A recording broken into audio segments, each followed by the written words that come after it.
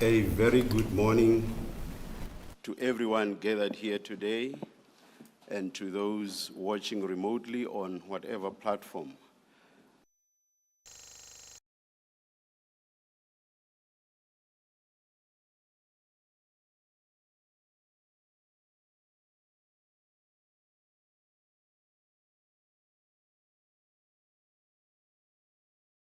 General Mkhwanazi on 6 July 2025 concern a grave subject matter, the subject of the alleged infiltration of or exertion of undue influence on the criminal justice system.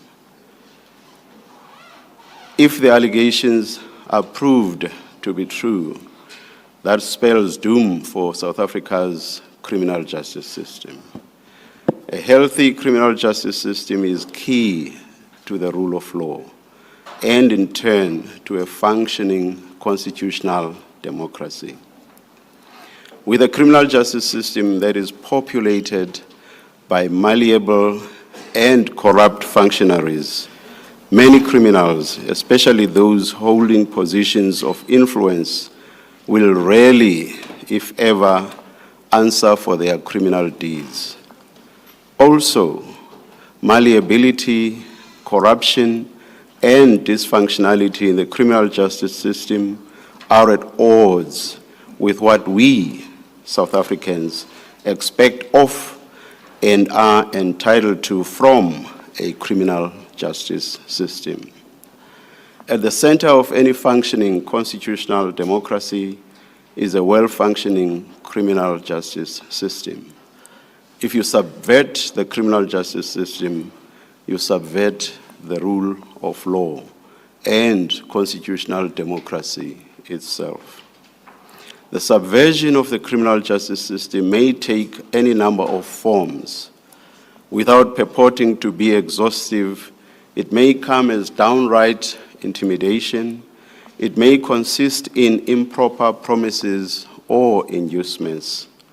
It may take the form of corruptly influencing the decision-making or functioning of those responsible for the smooth running of the system.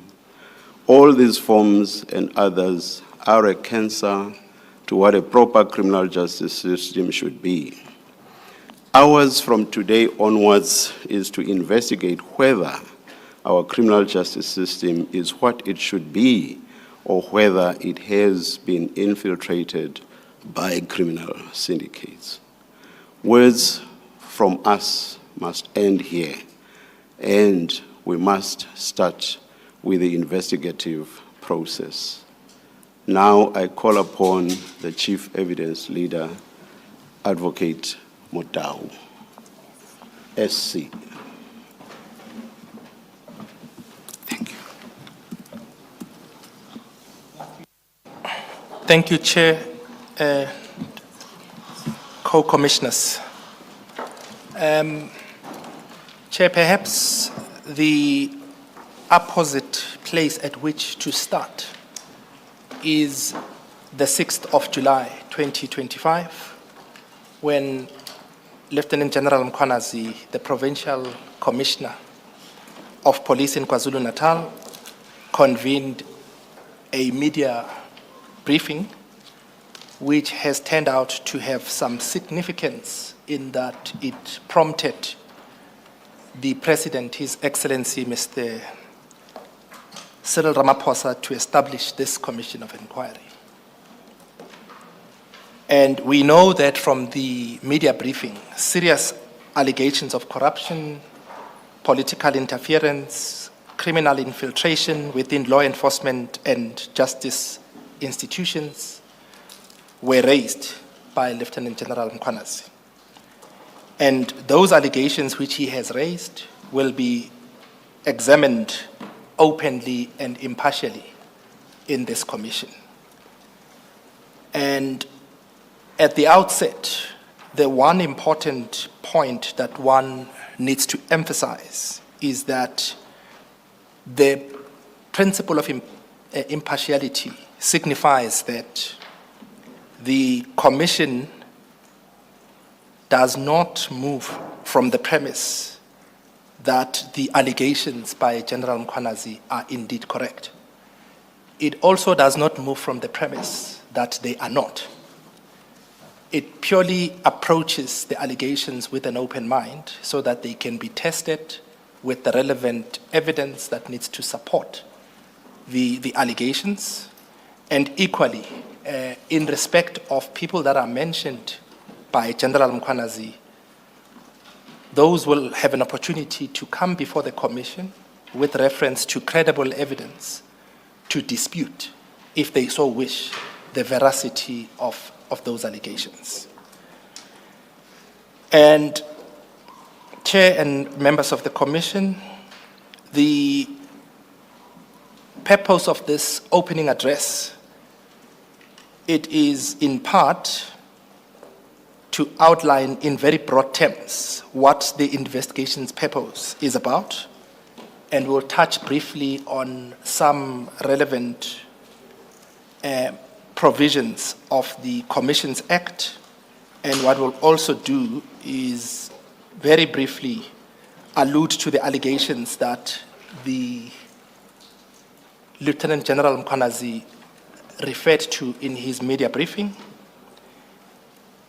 And as part of that outline, we will also indicate a timeline of material events which will orientate both the Commission and members of the public to be able to contextualize the context in which the investigation is to be undertaken by the Commission. Chair and members of the Commission, the outcome of an investigation that will be undertaken by this process will have a bearing on, among others, whether there should be institutional reforms that are to be recommended to the President, and if so, what form or what kind of reforms should be recommended for purposes of the avoidance of any interference, infiltration, or corruption within the criminal justice system if the evidence points to its existence. And in order to locate the allegations that the Lieutenant General Mkhwanazi makes in their proper context, one needs to understand that a criminal justice system operates through three pillars. The first pillar is that of the police, which we know it will include law enforcement agencies such as Metro Police, that as the public will know, the terms of reference make specific reference to the Metro Police of Tshwane, Egoruleni, and the city of Johannesburg. Then the second pillar of the criminal justice system is that of the courts. And the courts, as we all know, they include both the judiciary and the NPA. The prosecutors play a very important role in terms of ensuring that cases that are referred to them by the police are assessed for purposes of prosecution. And we know the judiciary, which comprises both of judges and the magistracy, are supposed to preside impartially over those cases that are enrolled. And all of these come together for purposes of scrutiny flowing from the allegations that Lieutenant General Mkhwanazi makes.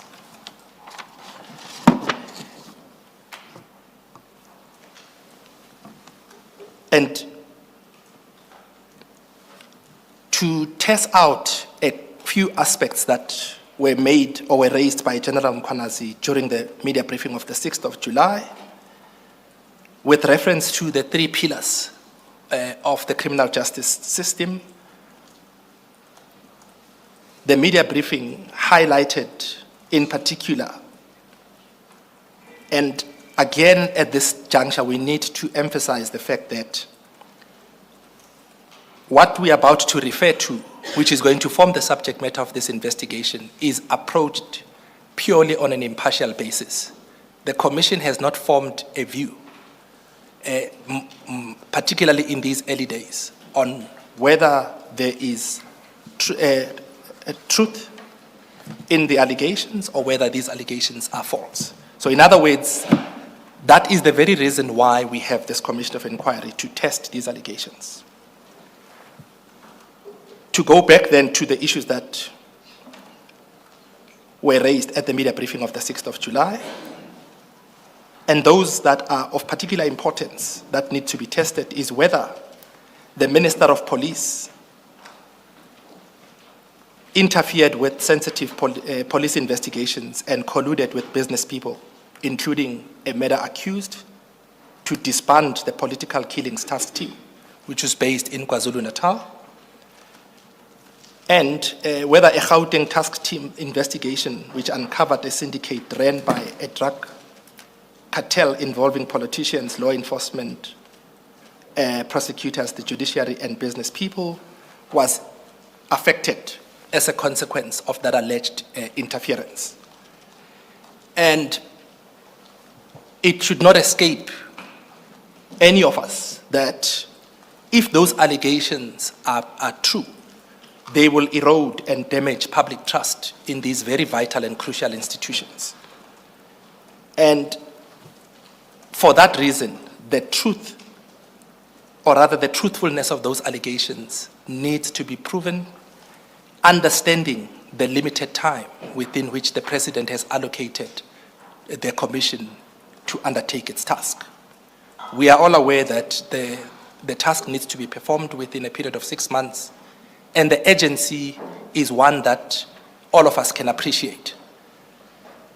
The criminal justice system continues to operate while the Commission is ongoing, and the delays will not assist the restoration of that public confidence in those institutions. And it is for that reason that the work of the Commission will be geared to producing a draft report within the first 3 months, as indicated in the terms of reference by the President, and hopefully to finalize the balance within the prescribed period, all things being equal. Then, the one aspect that is important to highlight and emphasize is Section 5 of the South Africa's Commissions Act, number 8 of 1947, which section stipulates that it is a criminal offense to obstruct the work of a commission of inquiry. That is an important aspect because it needs to be understood that the integrity of the investigations need to proceed unhindered. And in this regard, the Act makes it clear that any person who willfully hinders or obstructs a commission in the performance of its functions shall be guilty of an offense and would be liable upon conviction to a fine, imprisonment for up to 6 months, or both. And thus, it is important that the Commission, again, I stress, operates free of unlawful interference. Then, in respect of the approach to the evidence, there are a few key issues that we need to emphasize. The first being that when the Commission investigates the allegations that were made by Lieutenant General Mkhwanazi, the approach, as I've indicated, is that of impartiality, and it is one that presumes no particular outcome. And you will notice that I've been emphasizing this principle because of the heightened interest that the public has in this process. The need for thorough investigations, the need to offer the implicated persons a fair opportunity to respond to these allegations is an integral part that protects the integrity of the process. There will be 3 phases that are undertaken in this commission. And perhaps before I outline those, if I might just deal with the timeline of critical events, which I had mentioned earlier, from the prism of which the investigation will be undertaken.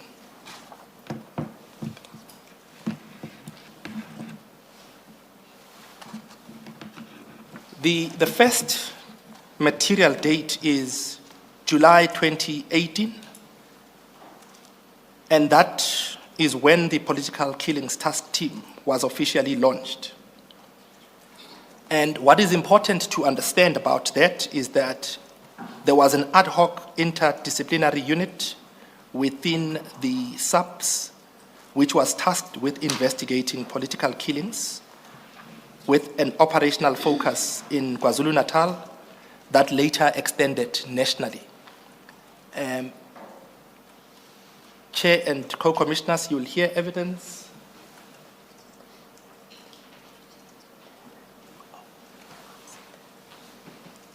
Sorry, Chair, I'm being asked to stop for a second so that the timeline can be projected.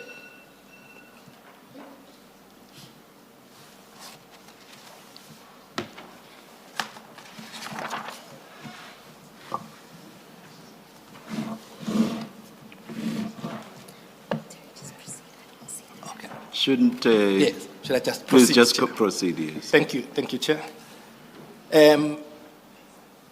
Yes, after July 28, the next date of significance is June 2019, where the Political Killing Task Team adopted an integrated model where the Director of Public Prosecutions in KZN assigned a dedicated team of prosecutors to the task team, which resulted in the task team being a multidisciplinary team that incorporated prosecutorial guidance.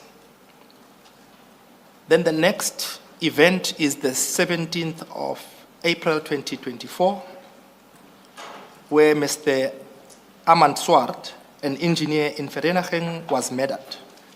This high-profile assassination served as a catalyst for a wider investigation that would reveal far-reaching connections within the criminal underworld and expose insidious infiltration of law enforcement by criminal syndicates. 3 suspects were arrested at Q, in Bramley on the same day, including one Mr. Michael Puletau, the Sub-Detective Branch, Johannesburg Central. And it is alleged that it is those 3 suspects that murdered Mr. Swart. The suspects were found in possession of firearms, which was linked to the murder.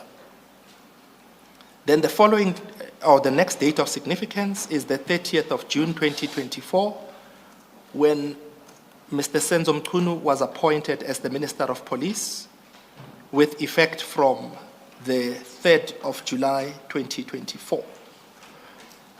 Then we move to the 6th of August 2024, where a request was received for urgent safeguarding of the investigating officers of Swart's murder following Detective Tau's release on bail. Then, Chair and members of the Commission, the next relevant date is the 10th of August 2024, where one Katiso Molefe was identified as a person of interest in Swart's murder. Then 30 August 2024, there was a request for the task team members to assist Gauteng Organized Crime Unit with the investigation. The 10th of October 2024, 10 task team members arrived in Johannesburg to assist in terms of the request that I alluded to earlier. The 6th of December 2024 is the next material date, and on which the investigation team, assisted by the task team, conducted 2 operations for different reasons.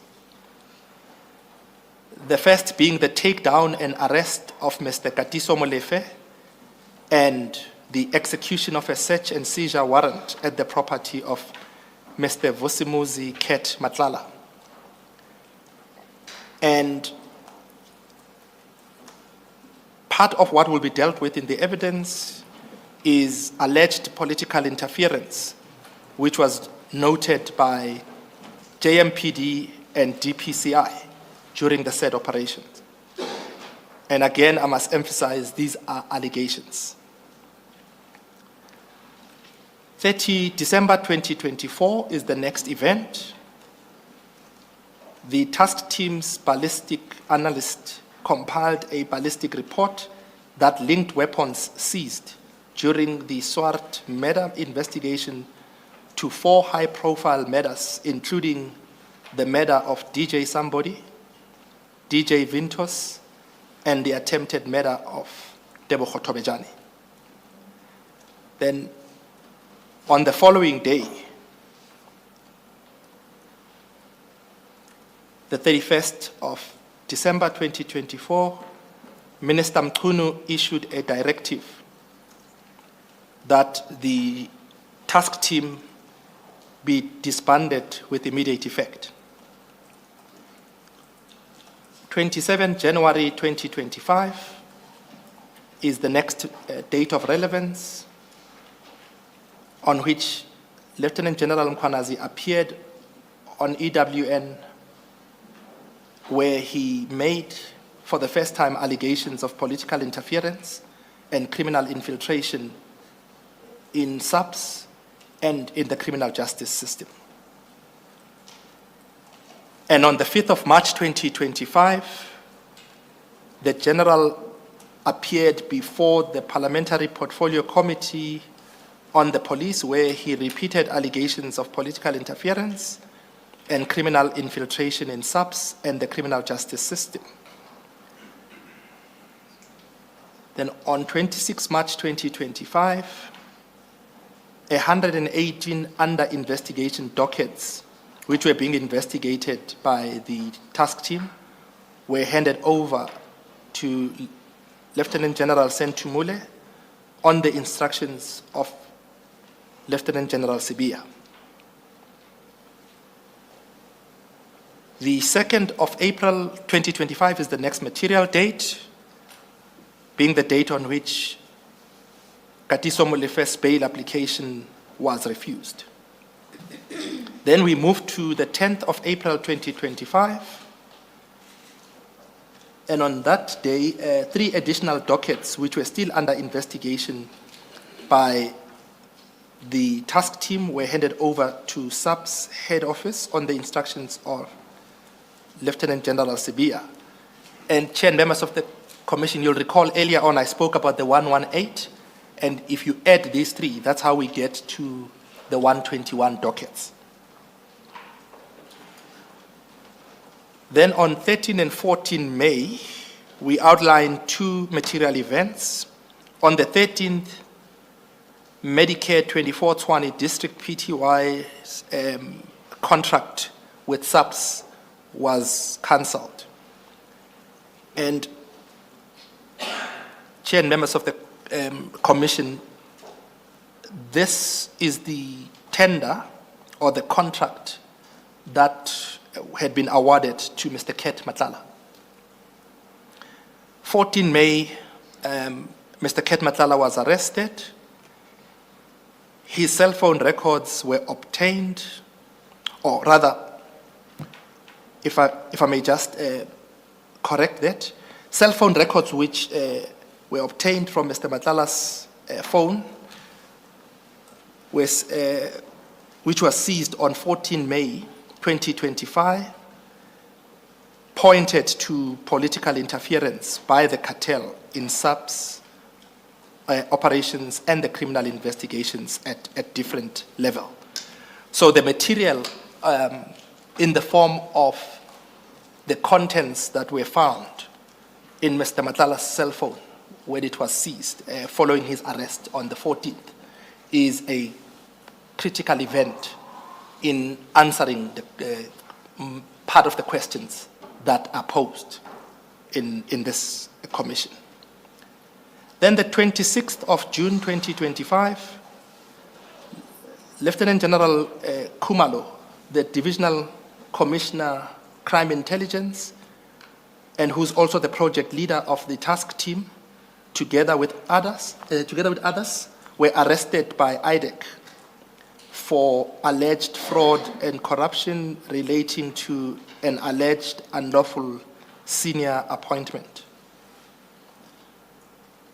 Then the next material event is the 27th of June 2025, where Katiso Molefe's bail appeal was upheld and he was released on bail. The 2nd of July 2025 is the next event.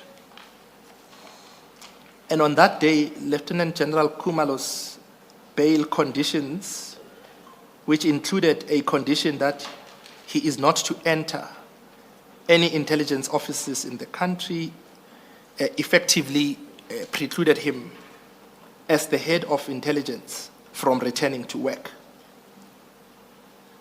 Then 6 July is the reason why we are here.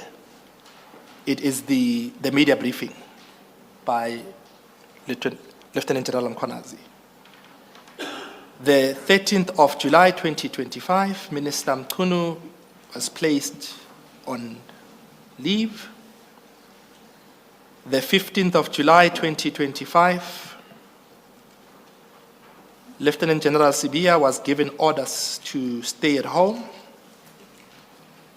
And the 23rd of July 2025 was the establishment of the commission. So, Chair and members of the commission, these events, as I indicated, are quite material in serving as signposts and the context within which the evidence needs to be located and tested for purposes of veracity, credibility, etc. I earlier on indicated that the commission is going to be undertaken in 3 phases. If I can briefly highlight the first phase.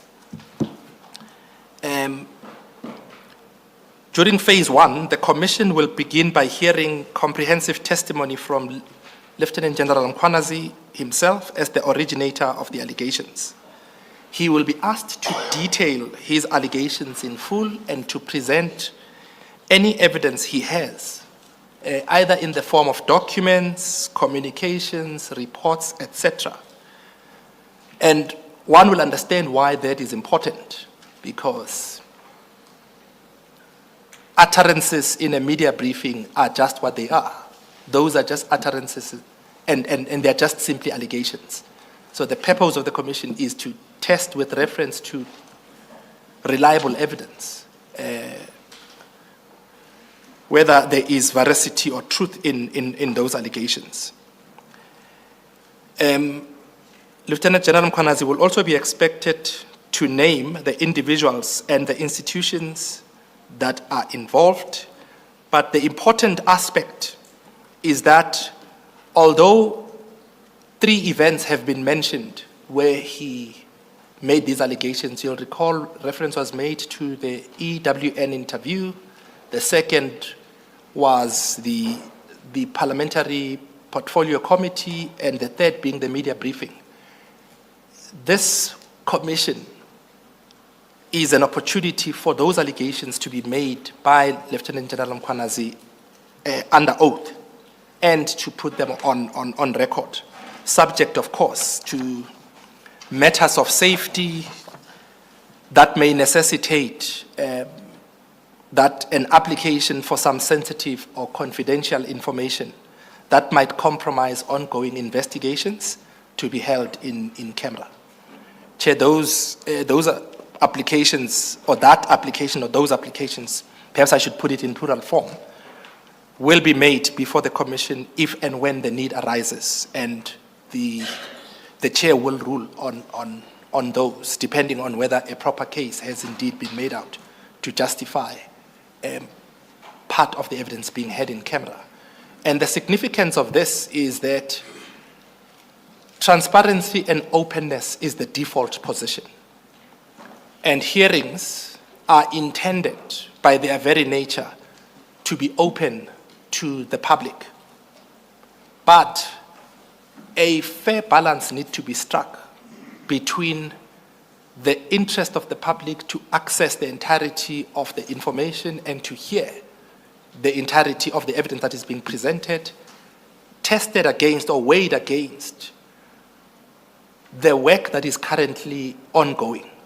It should be borne in mind that the criminal justice system is still functioning. Its work has not been halted on account of the establishment of a commission of inquiry. Thus, it is important that sensitive and confidential information that threaten the integrity of those ongoing investigations be borne in mind. And during this phase again, the Commission will also hear evidence from witnesses who will corroborate the allegations made by Lieutenant General Mkhwanazi.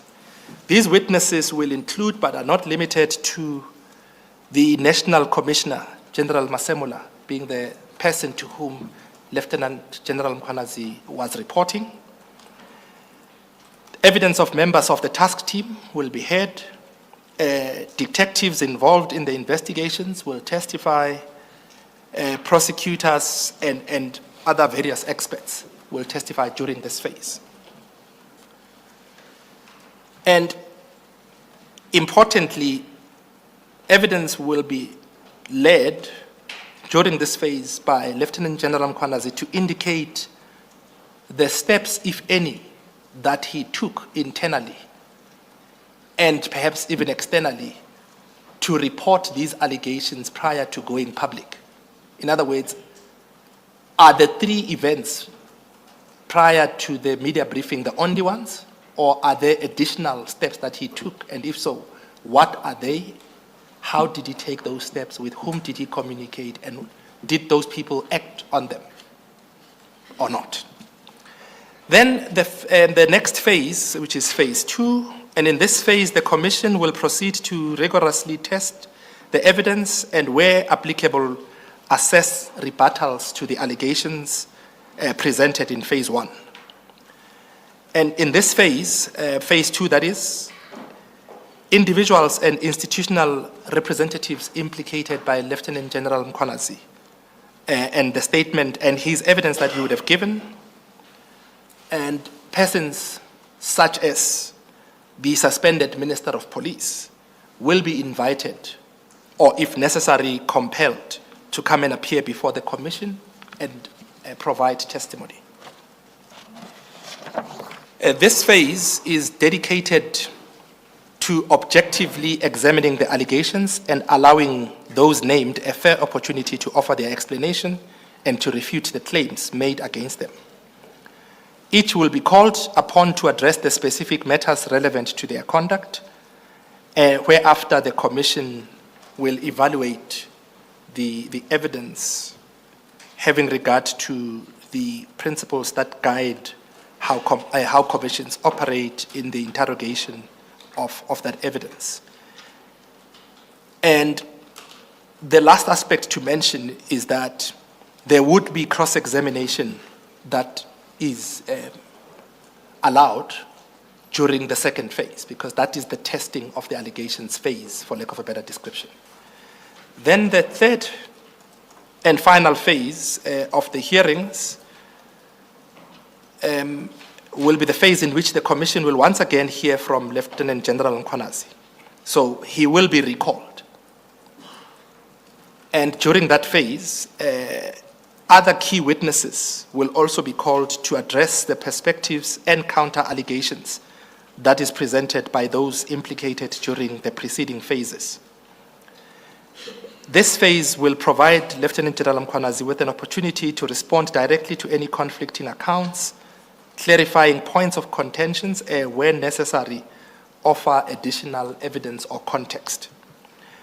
And importantly, during this phase, should there be any aspects where it is clear that there are errors or omissions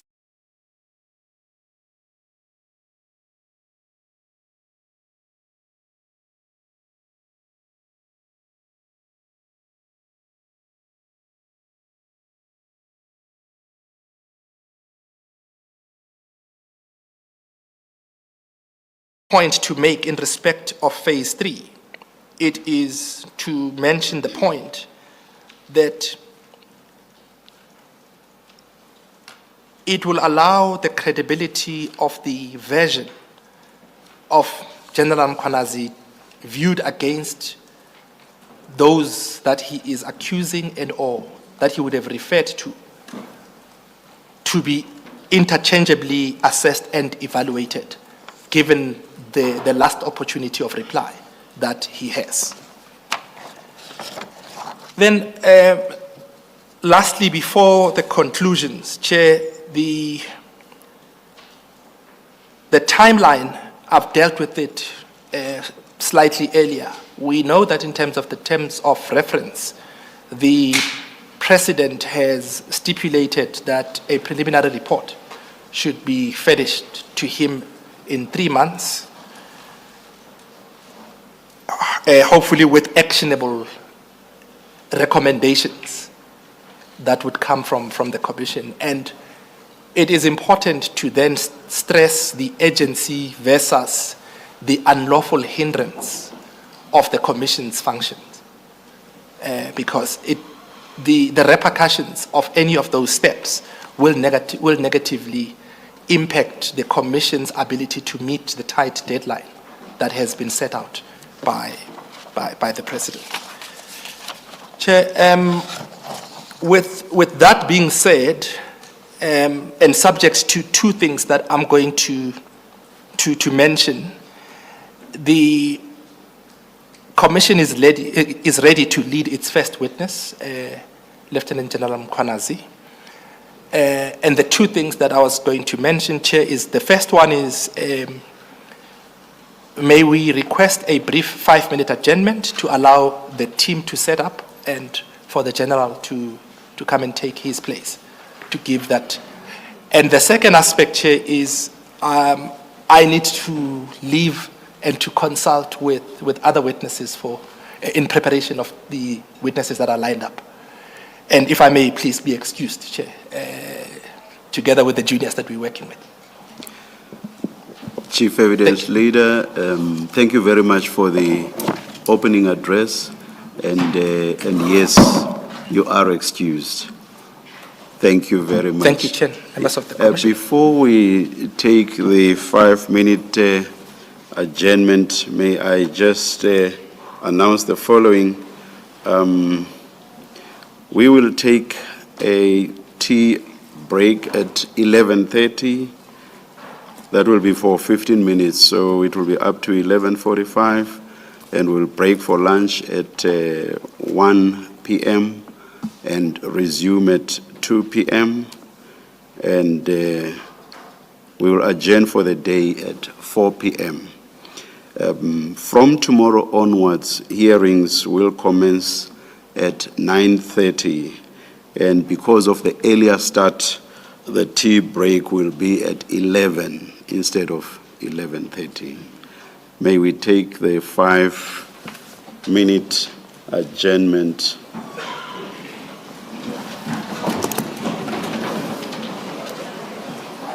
Thank you, Chair, and co-commissioners of the Commission.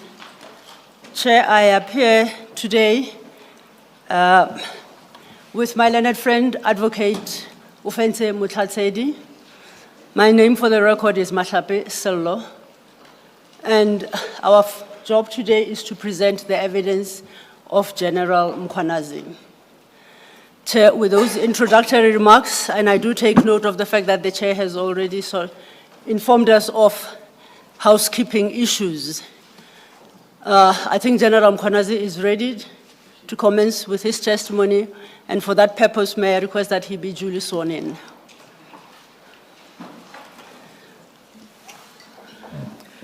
General, please state your full names for the record. My name is Nhlanhla Sibusiso Mkhwanazi.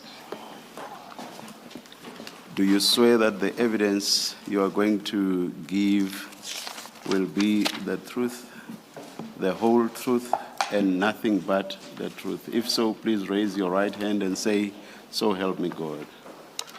So help me God. Thank you, General. Thank you, Chair. General Mkhwanazi, next to you, you should have two files, a small file and a big arch lever files. If you look at the spine of the files, the one is written file 1, the other is written file 2. File 1 contains a single document, which is a statement, and file 2 contains the annexures to the statement. Do you have those before you? That's correct, Commissioner. Before we start, for the record, General, do you confirm that you have prepared and intend to submit a statement to this commission in respect of the issues that this commission is inquiring into? That is correct. I did prepare a statement. I would like to refer you then to file 1, the small file, and you consider that document, and in particular you go to the last page of that document, which should be page 100. At the bottom of that page is a signature. Above your name, Nhlanhla Sibusiso Mkhwanazi, is dated the 16th of September 2025. Would you confirm whether or not that is your signature above that name? Yes, Commissioner, I can confirm it is my signature. Do you confirm, therefore, for purposes of this hearing, that the document contained in file 1 does constitute your statement to the commission? That is correct, Commissioner. It is my statement.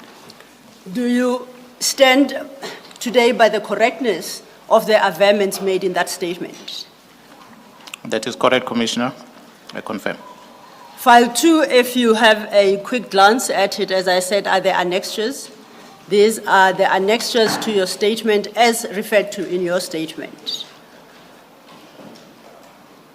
That is correct. Chair, the witness has confirmed his statement and the annexures in support thereof. We are ready to tender the statement into evidence. If I may just clarify, the sequencing, are we going to call them volumes? Are we going to call them files? I've got 2 sets here. For record purpose, would it be volumes 1 and 2 of the commission? It doesn't really matter. You can call them file 1 and file 2, whatever you prefer.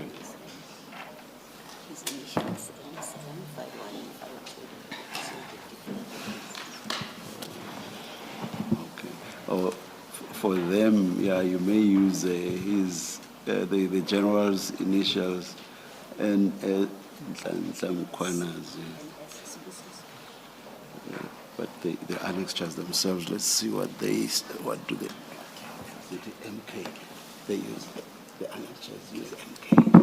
Let's call them MK1 and MK1. Yes. 2, but you use numbers even for the annexures. Maybe May I propose we name them MK MK1? MK. It constitutes of 2 files, Yeah. file 1 and file 2. Yeah. Yes. Yeah, Thank you, Chair. yeah. Okay. Such a small matter, but cracking our heads. Thank you. It might not seem to matter at the moment, but by the time the 7th witness appears, Yes. then we have sort of lost track. Thank you. General Mkhwanazi, I know you'll be touching on these issues later on, but I suppose at the start of this hearing to perhaps address some protocol issues. Your position within the South African Police Services is that of Lieutenant General, correct? That is correct. Would it be appropriate to refer to you as General Mkhwanazi, or are we required to use your full title of Lieutenant General? In terms of the police regulation, as we address, we call it general. So you are welcome to address me as general. Thank you, General. Then if I may invite you to page 5 of file 1, which is page 5 for your statement.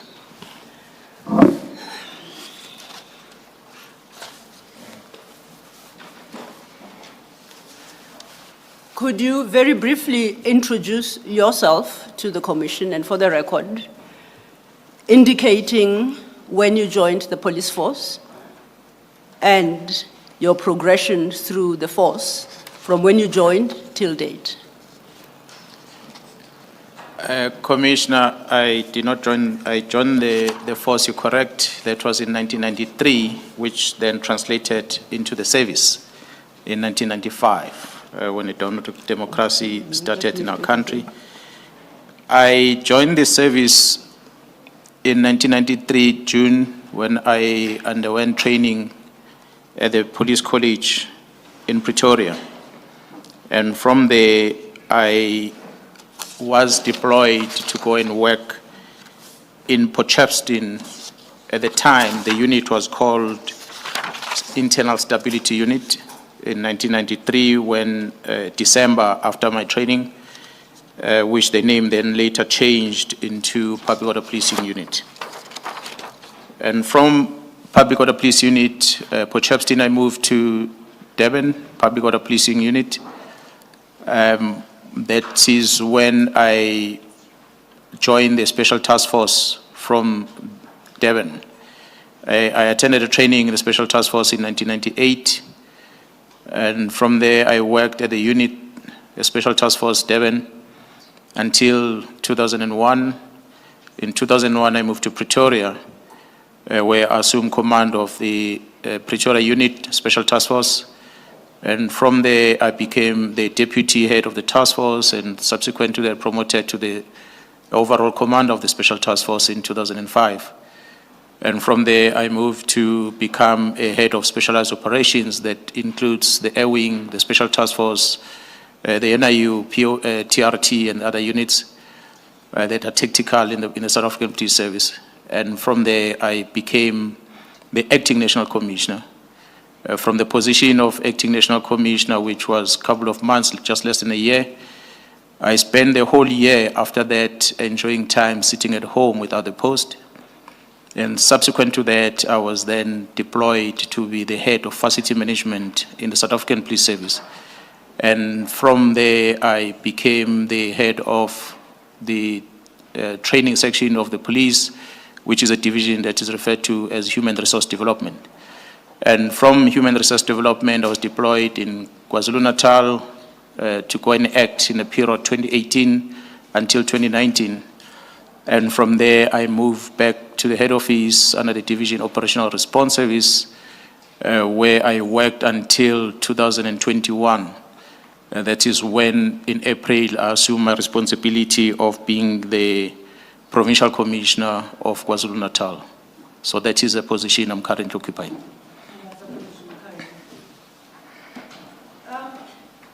May I refer you to file 2? And in particular, I would like to draw your attention.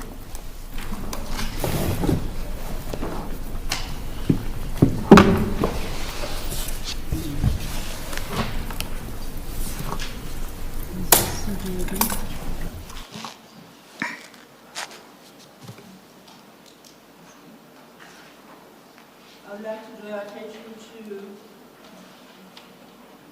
an extra MK3 that appears in file 2 from page 13.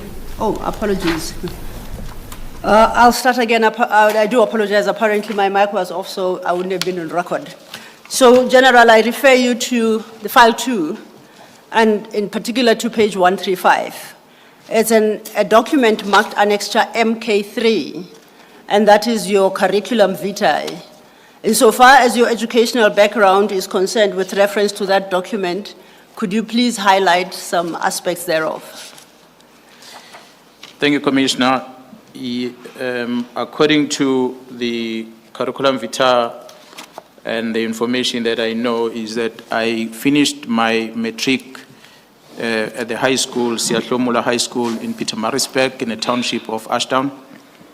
And from there, I conducted my tertiary studies at the Technical South Africa back then. That's when I obtained my national diploma in policing. And subsequent to that, I then obtained my bachelor degrees in policing at the Tshwane University of Technology. And that is my tertiary studies, commissioners. Other than that, I attended quite a lot of other training programs, which would include executive development program that was held at Wits University. and there's other courses that I attended, which will include the Executive Development Program from the African Institute for Mentoring, and many other training programs within the South African Police Service, including other training abroad, such as in the United States of America and the U.S. Department of Justice Federal Bureau, where I attended training programs on a supervisor's role in counter-terrorism investigations, as well as Louisiana State University, where I attended a crisis response training.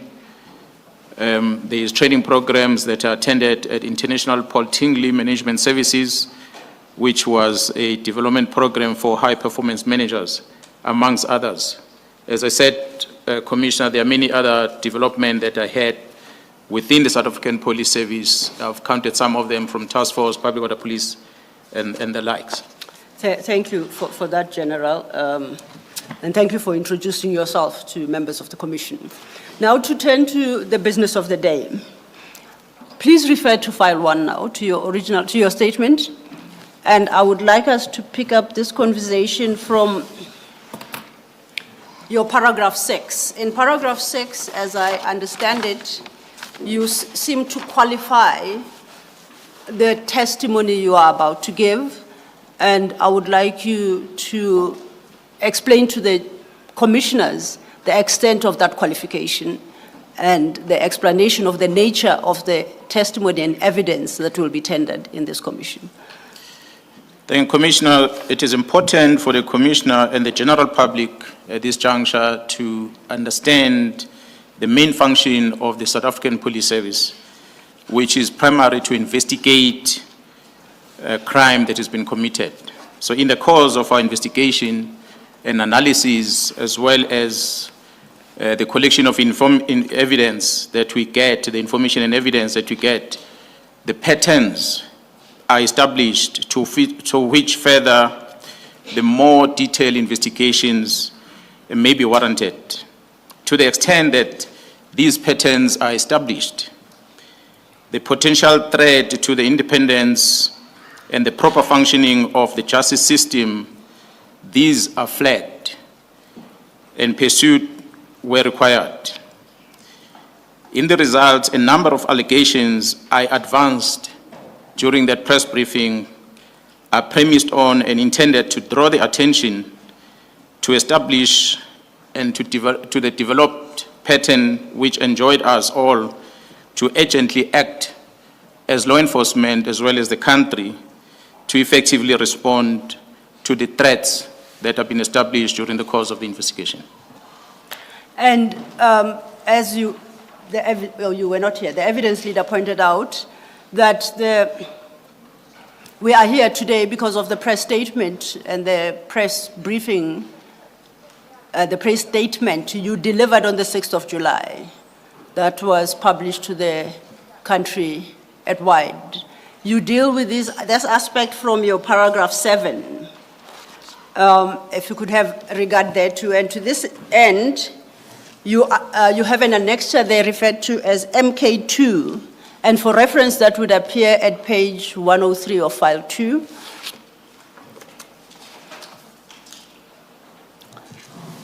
And at 104, my apologies, 103, yes.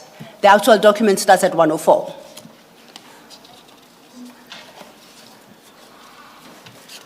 Could you give the Commission a brief background to how that document and subsequent briefing came about? Commissioner, on the 6th of July, when I made this address before the South Africans, it was because I wanted to inform the public about the level of challenges that we're experiencing as a South African Police Service in relation to the work we do as the police, which involve criminality and the political interference on the work that we do as the police, which will also include corruption within the value chain of the justice system, which we are part of as law enforcement. That's why the presentation that is attached here will be used as a reference, which is marked. I'm not going to refer to all of them, but by and large, commissioners, that was to brief the nation to understand what challenges are we facing as a South African Police Service. Are you the sole author of the content of that document? Or do you have other people, persons that participate in the creation of that document and the information contained therein? I must indicate, Commissioner, that this briefing which I made on the 6th of July, it is a product of the collective and collaborative efforts of various units within the South African Police Service. The majority of men and women in blue in this service who were responsible for, together with myself, in compiling this document. It is therefore a reflection of the common concerns that we share as colleagues in different ranks within the service, which made us to have a common desire for these problems to be resolved, and in order to enable these members of the service to be able to serve with honor and dignity. You make what I consider to be an important point at paragraph 11 that I think you should share with the Commission, which would seem to speak to a risk in the absence of positive action. What is that risk? What is the fear and what is the risk? Commissioner, on this paragraph level, it has been my aim that I want to demonstrate that the criminal justice system has been subject to a continuous threat, as well as sabotage, which has been with us over an extended period, to a point where we believe it is at real risk of a total collapse if nothing is done. Therefore, an urgent and effective interventions are required in order to avert this outcome. And I believe this commission will stand to play a very important role in order to help us to prevent this total collapse of the justice system in our country. Your statement in that part concludes with a personal message. Would you like to deliver it at paragraph 12? Yes, that's correct, Commissioner. As we had appeared before the South Africans on the 6th of July, I must first thank the media in South Africa for affording us an opportunity to be able to share our challenges with the public, which then, as a result, it helped the state president to establish this commission following that press briefing, which we also appreciate, as this commission is going to help us to deal with the challenges that we are facing as we execute our duties. And lastly, I want to thank the general public for having received our message very well. And I'm sure what we're going to talk about is not necessarily everything that the public are experiencing out there in terms of the experience they have as they interact with the justice system, but it is mainly to address those that we were speaking about on the 6th of July. Thank you. I would like to draw attention then to paragraphs 13 and 14, which set out the scope of your statement and the testimony you are about to give. Can you briefly speak to that scope of your evidence? Commissioner, the main address that we put on this statement will focus in the main on what has been much talked about, which is the KwaZulu-Natal political killings task team. We will want to address that first, and secondly, we will want to address the criminality, the political interference, as well as the corruption within the criminal justice system. It shall become evident that significant overlaps and intersection between the two broad topics, and the distinction between the two may not always be possible to draw.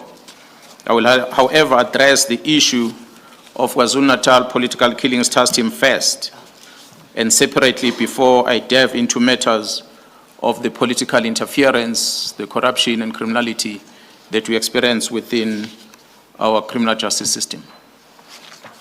In the context then of the focus of your statement, the next chapter you deal with substructural overview and organogram.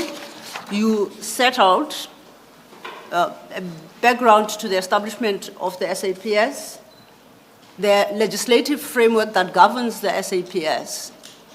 And I would like us to work through that part of your statement in brief. We don't have to read everything. So you start at paragraph 20 with the establishment of SAPS. Any aspect you'd like to highlight in that regard? Yeah, well, Commissioner, in the main, as the general public will know, that Section 199 of the Constitution establishes all the security agencies that we have in the country, which include the South African Police Service, the Defence Force, as well as the intelligence. And all these services are structured and regulated in terms of national legislations, which in case of the South African Police Service, it will be the South African Police Service Act. And the SAPS members must always act in accordance with the Constitution and the law. And they must make sure that whatever they do does not advance the political interest of one party over the other. And ours is to make sure that we apply the fairness that the Constitution is directing us to do, to treat everyone equal before the law. And in any partisan manner or any interest that is shown by each member to the political party is prohibited by the law. In the next few pages,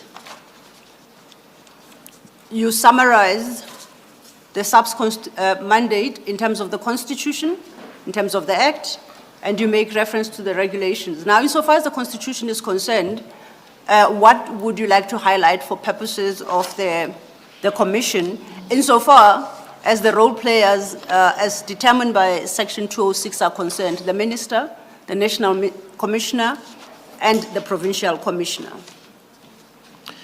Commissioner, in the main, will draw attention to Section 205 of the Constitution, which outlines what are the primary responsibility of the South African Police Service, which will include the prevention, combating, investigation of crime, protection of the property and the citizen of this republic or the inhabitants of the republic, which also includes the maintenance of public order and to uphold the law as the South African Police Service. That is what the Constitution tells us to do. But the same Constitution, under different sections, Section 206 of the Constitution outlines the responsibility of the Minister of Police, which is that of a policy development.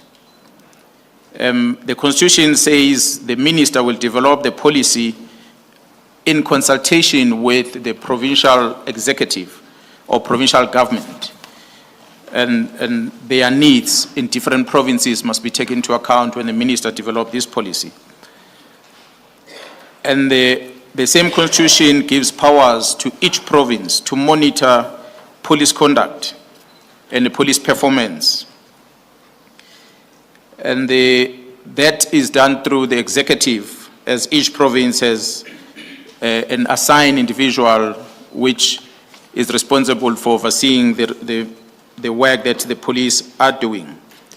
In the same Constitution, Commissioner, other than 206 that talks about the executive authorities at national level as well as provincial level in terms of the ministers and MECs, in some provinces we have premiers that are overseeing that role, those that do not have MECs.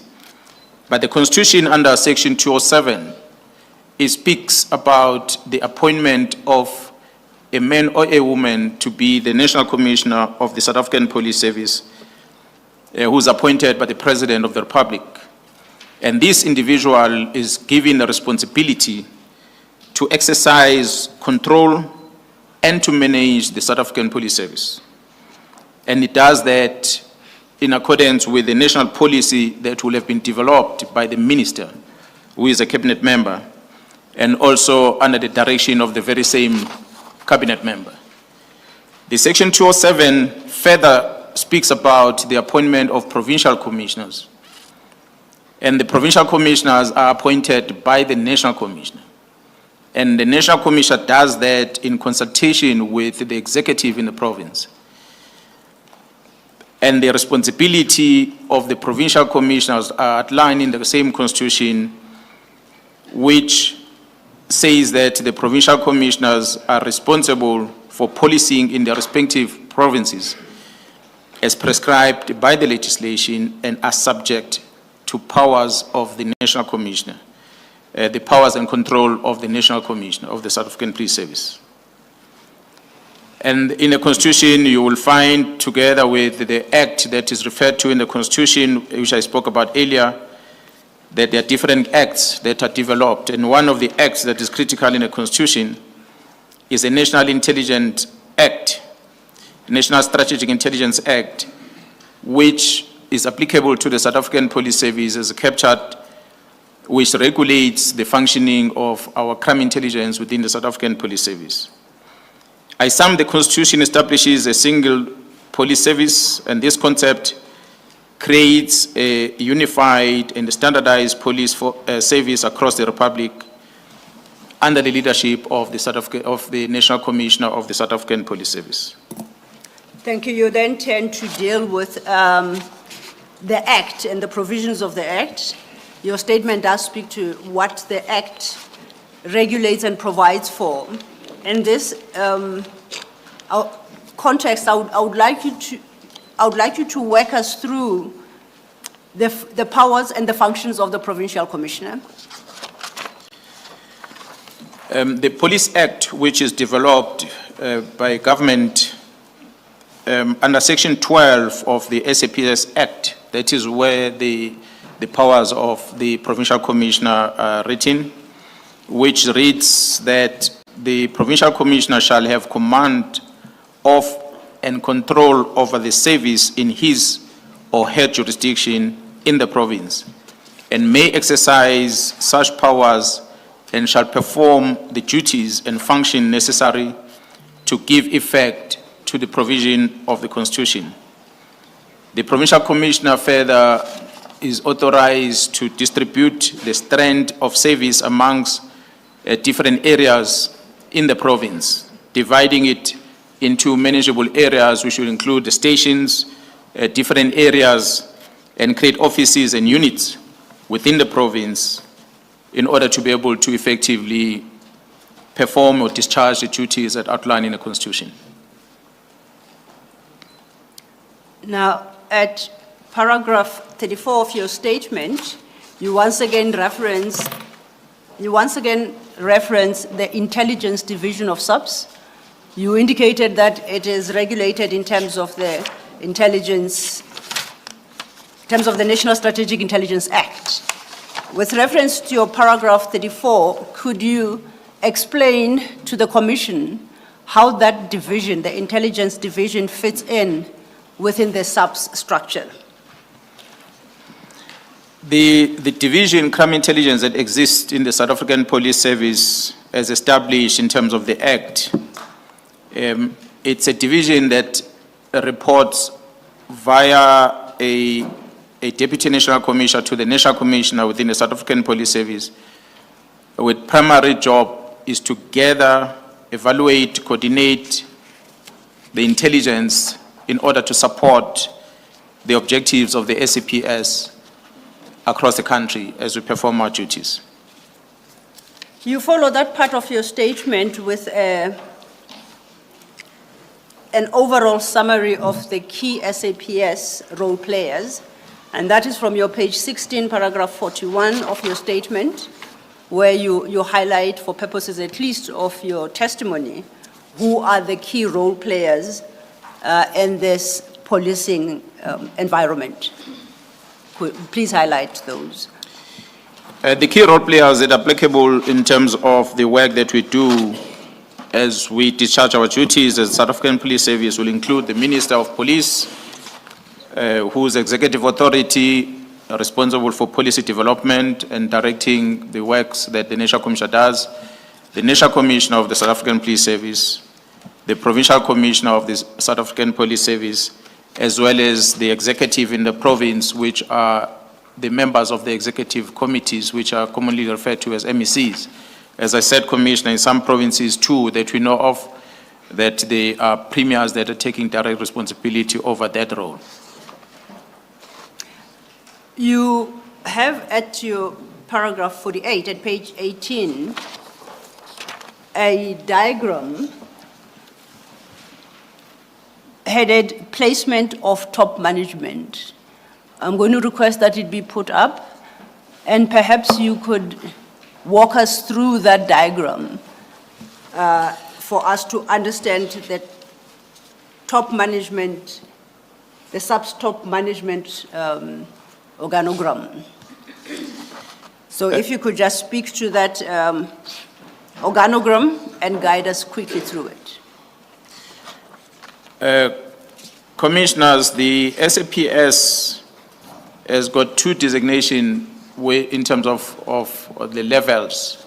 We have those that are established in terms of the Constitution, which I spoke about earlier. That will be the National Commissioner, the Provincial Commissioners.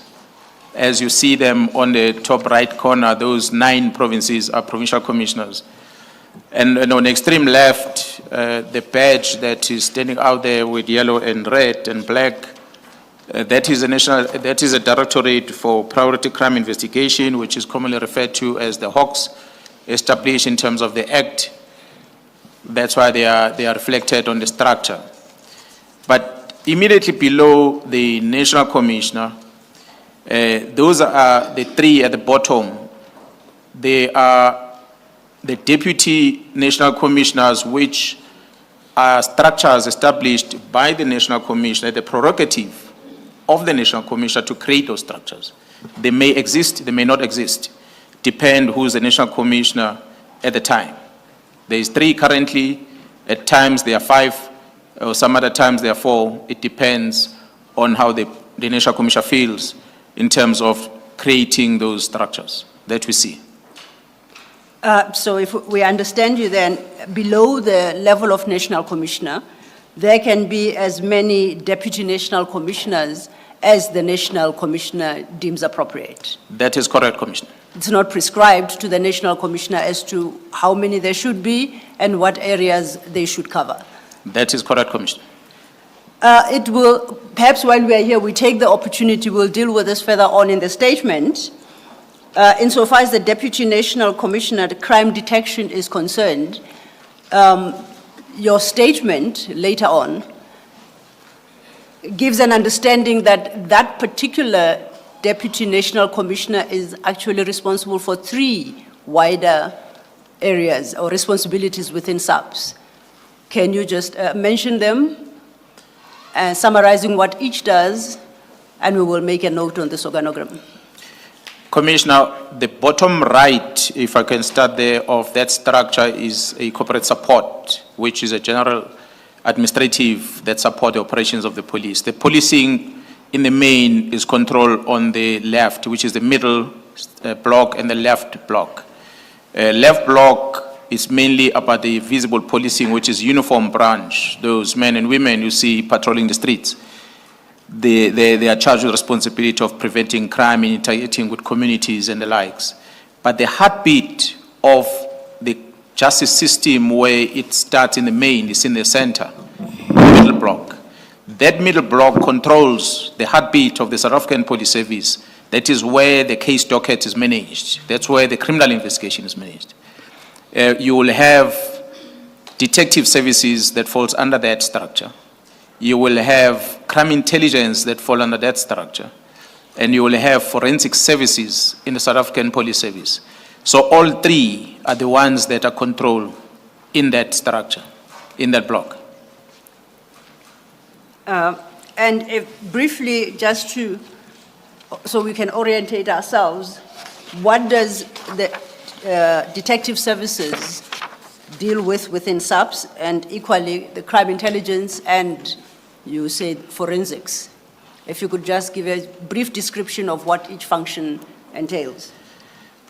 Commissioner, when the crime is committed, the first people that arrive at the crime scene, it's forensic service, who are responsible for the preservation of the crime scene and make sure that the evidence that is critical for investigation is collected.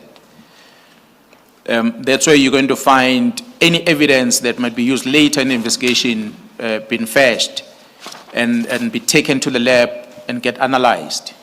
And therefore, thereafter, the detective, which is crime investigation, will then take over the investigation, and with a further investigation that they collect to try and follow the pattern of what could have transpired that led into that crime.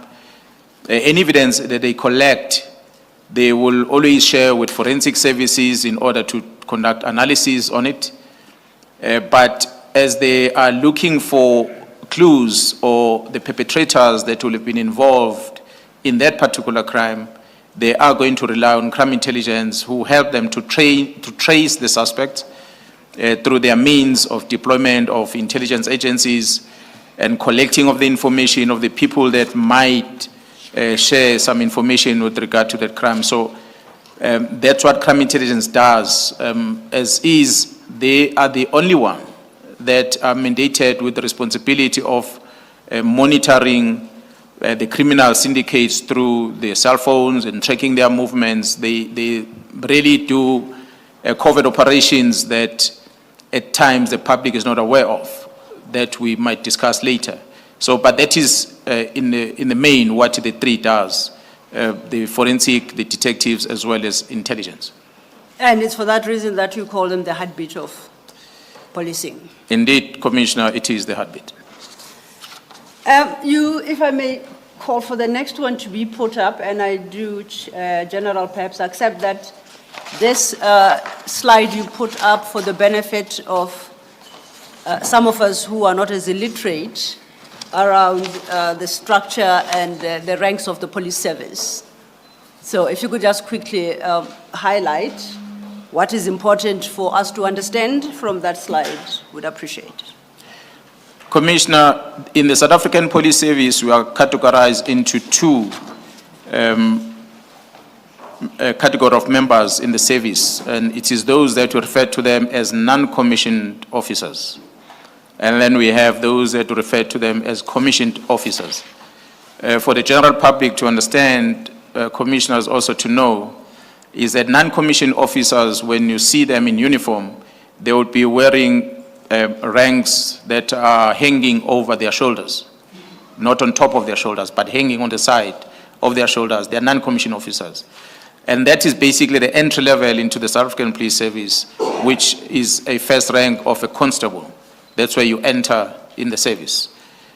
And as you become a commissioned officer, you then put on your ranks on your shoulders, above your shoulders, those stars that we see worn by police officers.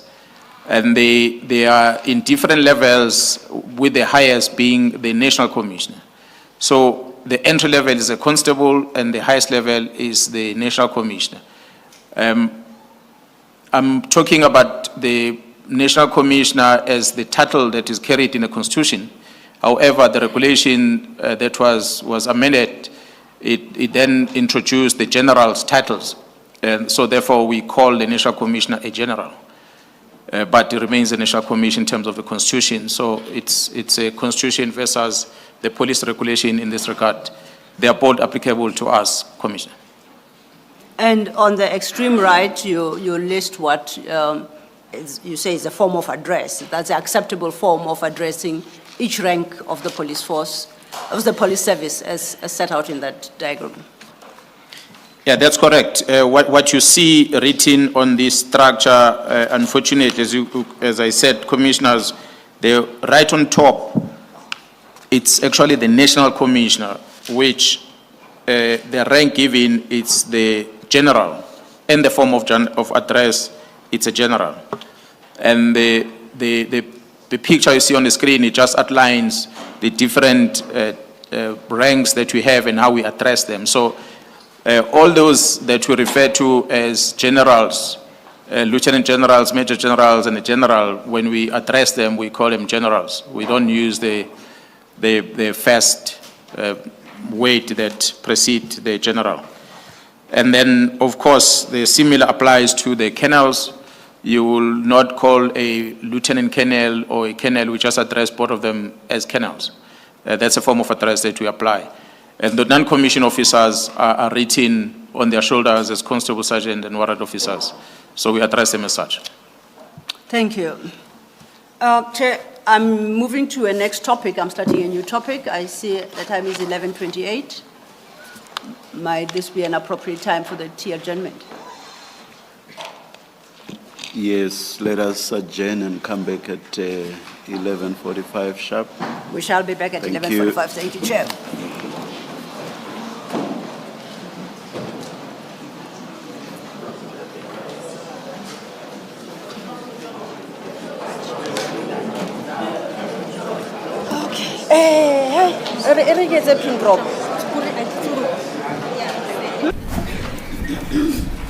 We are ready when you are, Commissioners. Thank you. General Mkhwanazi, before we broke for tea, I indicated that we will be moving into a new chapter. Apologies. Yes, no. I think the gentleman behind me was speaking, so there was a bit of interference. I had indicated that we are starting a new chapter after tea. And that chapter starts at your page 21 of your statement. And you deal from page 21 with the establishment of the Political Killings Task Team. You indicated at the start of your testimony that the Political Killings Task Team is one of the key topics that you wish to address in the course of your testimony. You indicated that there are two in the main, but this would be a starting point. That starts at page 21. From paragraph 50 to paragraph 71, you deal with the establishment of the Political Killings Task Team. And I would like us to start the conversation from that point. So if you could narrate how the Political Killings Task Team came about, under what circumstances, when, and then we will subsequently look into its operations once established. Thank you. So if you could start on the establishment of the task team itself. Thank you so much, Commissioner. We know that the province of KwaZulu-Natal, historical, that has been a problematic province with regard to political violence, which dates back to the days before democratic South Africa. And that problem remained, although it had subsided prior the establishment of this team, but it started rising again, and we started seeing the leaders of our country being attacked in different levels, which then necessitated an intervention from the SAPS and the executive in terms of trying to mitigate the threat of attacks to our political leaders. And we know of the task team that was established back in 2018. But this political killing task team has its genesis in a previous task team that was established back in 2011. And this was done following the resurfacing of the killings, as I said, in the province of KwaZulu-Natal, which was dominant at the time. And these killings in the province of KwaZulu-Natal had led into the establishment of, or the provincial government in KwaZulu-Natal, establishing a Mkhwanazi Commission of Inquiry, which was established in 2016 by the Premier of the province, Premier Willis Mkhwanazi. And when this team started at the time, 2011, to look at specifically on cases that are involving the political leaders in the country, and with the aim of making sure that at least they can bring the perpetrators of these crimes to court. General, you referred to intra-party killings. Do you want to please explain that? Commissioner, in the main, in 2011, we saw the different political parties applying or employing different strategies in terms of the employment of their candidates for different political positions. A typical example, it has been a well-known practice in the country that for one to become a councillor, he has to go and campaign. And through that competition of campaigning, when people vote for you, become a councillor. So the same when you become a mayor, executive mayor, same rule applied. But when that strategy changed by the political parties deciding of who should be a councillor, who should be the mayor of the municipality, it became a conflict amongst the members of the same political party, where one person will have enjoyed the majority from the society, wanting to elevate that person to the position of being a leader of society in that particular locality. But the executive of the political party will take a decision that, regardless of popularity of that individual, but they choose another person to appoint as a leader. And the one who's popular, of course, will feel aggrieved, and the fights then started within the same political party. So that is basically what we're trying to communicate here, Commissioner. Please continue. Thank you so much. So the Mkhwanazi Commission, which then was established, did confirm that these many assassinations were linked largely to corruption within local government, especially tenders. So you could imagine the one who is in position of authority as a political party leader or as a leader of society has some kind of influence over the issuing of tenders. And the business people that once you get tenders, they will always be friends with the one who's got an executive authority over that municipality or different provinces. And as a result, that corruption became the center of these incidents of threats, attempted murders, as well as murders. And the key recommendations that came from the Commission is the one that brought about the creation of the independent structures, which include having a designated focus from the South African Police Service in terms of investigation of these cases. And that's why then the South African Police Service responded by creating a team. But, Commissioner, that did not stop. We then saw more of those incidents happen up until 2018, when the President of the Republic decided that the efforts from law enforcement, being the South African Police Service alone, or the Minister of Police at the time, guiding or directing the interventions to try and mitigate this type of crime. It was then important from the present point of view that the police must not work alone. Therefore, the police must put the efforts together with other ministers within the cluster in order to be able to have a focused intervention in terms of trying to mitigate these incidents of political violence, if we were to call it. And as a result, in 2018, the President of the Republic appointed an interministerial committee, which we refer to as an IMC. I want to emphasize again, Commissioner, that the President of the Republic appointed an interministerial committee, which we refer to as an IMC. This committee consists of different ministers within the cluster. That will include the Minister of Police, It will include the Minister of State Security. It will include the Minister of Defense. It will include the Minister of Justice and Constitutional Development, and the different entities that are within the security cluster were also represented, including state security. So all these ministers, they form that which we refer to as an IMC. And the Minister of Police was appointed as a chairperson of the IMC.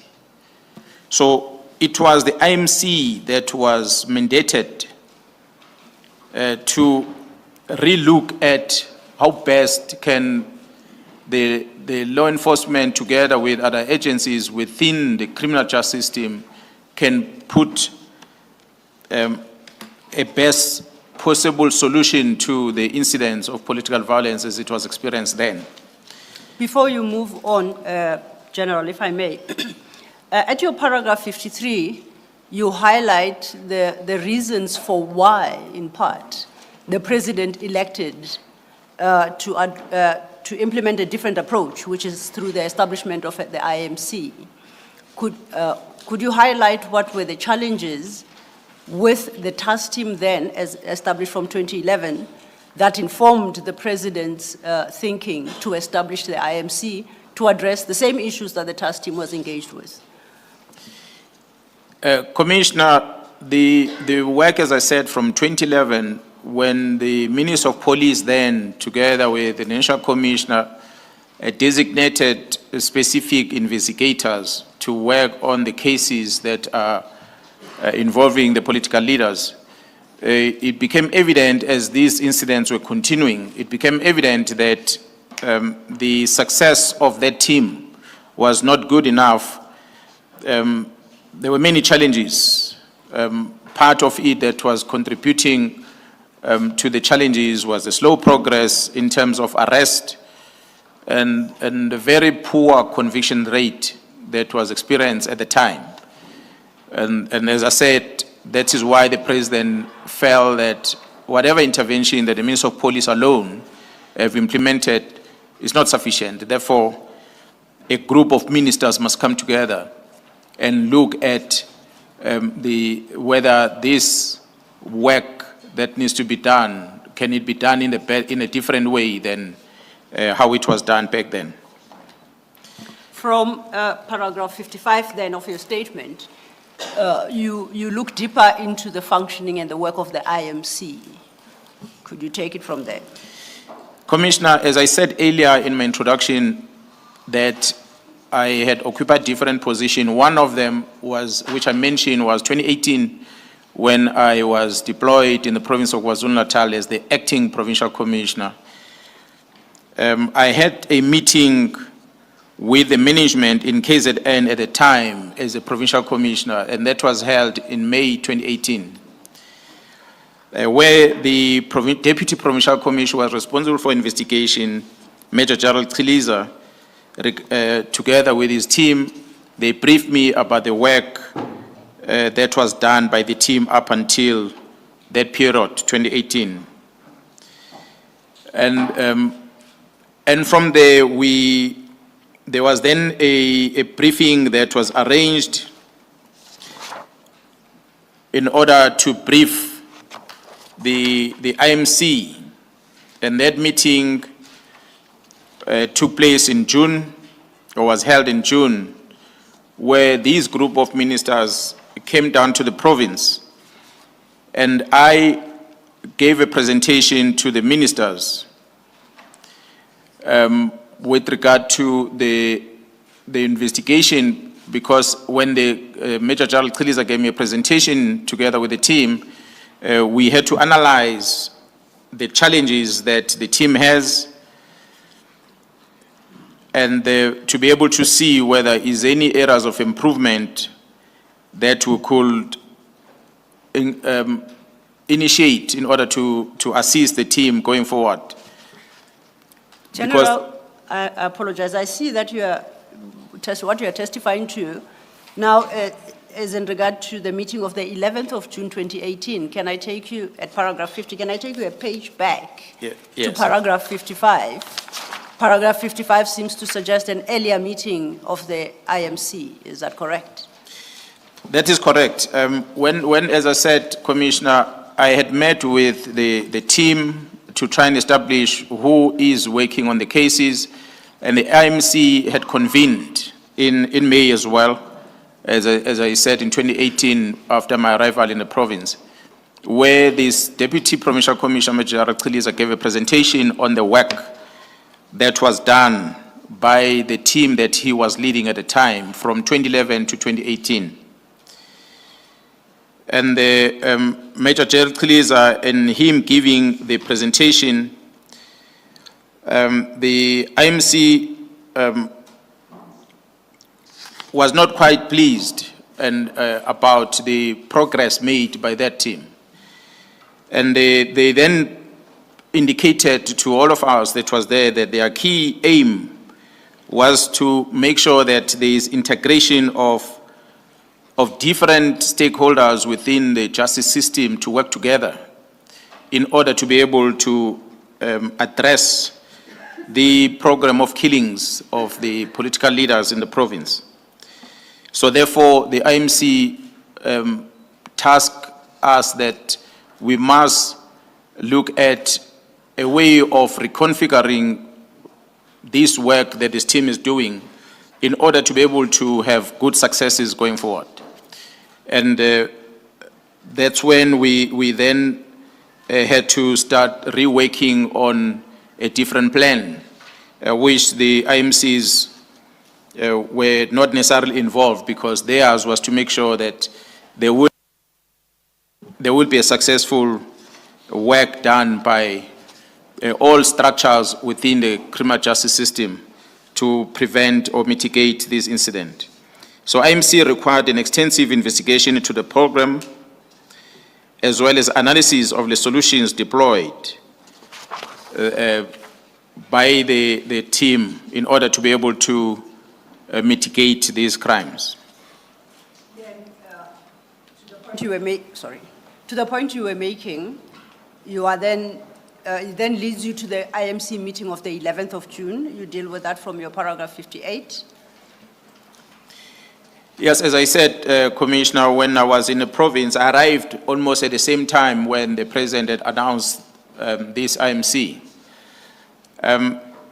So in the initial briefing that was conducted in May, IMC were quite not happy with the work that was done because the performance which they were interested in did not inspire confidence that there will be a solution in terms of these incidents that are directed at our political leaders. And as a head of the province at the time, the task to revise this plan fell on my shoulders. So I had to then attend to a new strategy that is going to help us to win the war. And that the IMC conducted another meeting in June, which was a month later.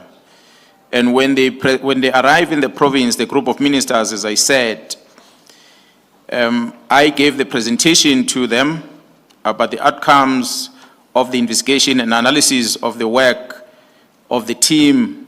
And in summary, the key conclusion drawn from the analysis that we had conducted back then was that there was an ineffective and not appropriately structured way of working by the police at the time, which one of the challenges that was identified was that the team was operating in silos. We will have a detective working at the police station, which is said to be part of the task team, carrying one docket involving the political leaders, whereas the same detective has other cases that he needs to prioritize that has got nothing to do with the priority that was given to him or her. So those became a bit of a challenge that we had identified. And I concluded the presentation which I made to the IMCs at the time, where I made a proposal that an investigation and a prosecution strategy will be developed in order to try and address the problem. And this will require a specific budget and a specific support that will have to source from the National Commissioner in order to be able to deal with the problem at hand. The IMC welcome that proposal, and they granted the requisite mandate for us to proceed in the best way that we can be able to mitigate this threat of this criminality that we're experiencing. So subsequent to that, we then developed a strategy which I led. During that period of development of the strategy, I kept the National Commissioner abreast of the strategy being considered by the team, because we will require the National Commissioner, as the head of the operations in the police, is the one who's managing the operations in the police, to grant us approval on this strategy. So we kept communicating with him as we were developing it, and eventually the National Commissioner provisionally approved the operational approach and the strategy that we had developed in KwaZulu-Natal. And this strategy was then submitted formally, which is a strategy that was proposing the framework which will include the cost of implementing. And this strategy, the submission that we made, which I signed to the National Commissioner at the time, went through different levels in the policing of recommendation, because, as I said, Commissioner, there was going to be a cost implication associated with this. Amongst, if I may indicate, the cost will include the deployment of other specialized units or police officers from different provinces and with different expertise that are going to assist KwaZulu-Natal in order to be able to carry out this task. So therefore, there was going to be a cost associated with that. So we submitted this to the National Commissioner. The National Commissioner approved it. Thank you, General. At paragraph 60 to 62, you mentioned specifically a document there, and you indicate that it is annexed to your statement as annexure MK4. You call this document Implementation Plan, Investigation of Political Related Cases, KwaZulu-Natal, from 2018 July 01 to 2018 December 31. That you do at your paragraph 60. And you say that document you attach as MK4 at paragraph 62. Is that correct? That is correct, Commissioner. Can I then refer us to that specific document? It's numbered MK4, it's page 139, Commissioners, of the witness statement. General, if you could turn to that document and confirm that that is the document that we are talking about. It is correct, Commissioner. This is the document I'm referring to. Now, in this document, I see that the first page addresses the question of the purpose of the strategy that is set out in this document, which I think is what you have articulated to the Commission already. I would like to draw your specific attention to page 142 of that document. You indicated to the commissioners that your strategy involved a different operational approach to the problem then plaguing KZN. I would like you to talk to us about the specifics of this special or operational approach and plan, and take us through the nature of the plan, the makeup of the methodology, and the management of the would subsequently be established political cabling task team. So if we could start at page 142.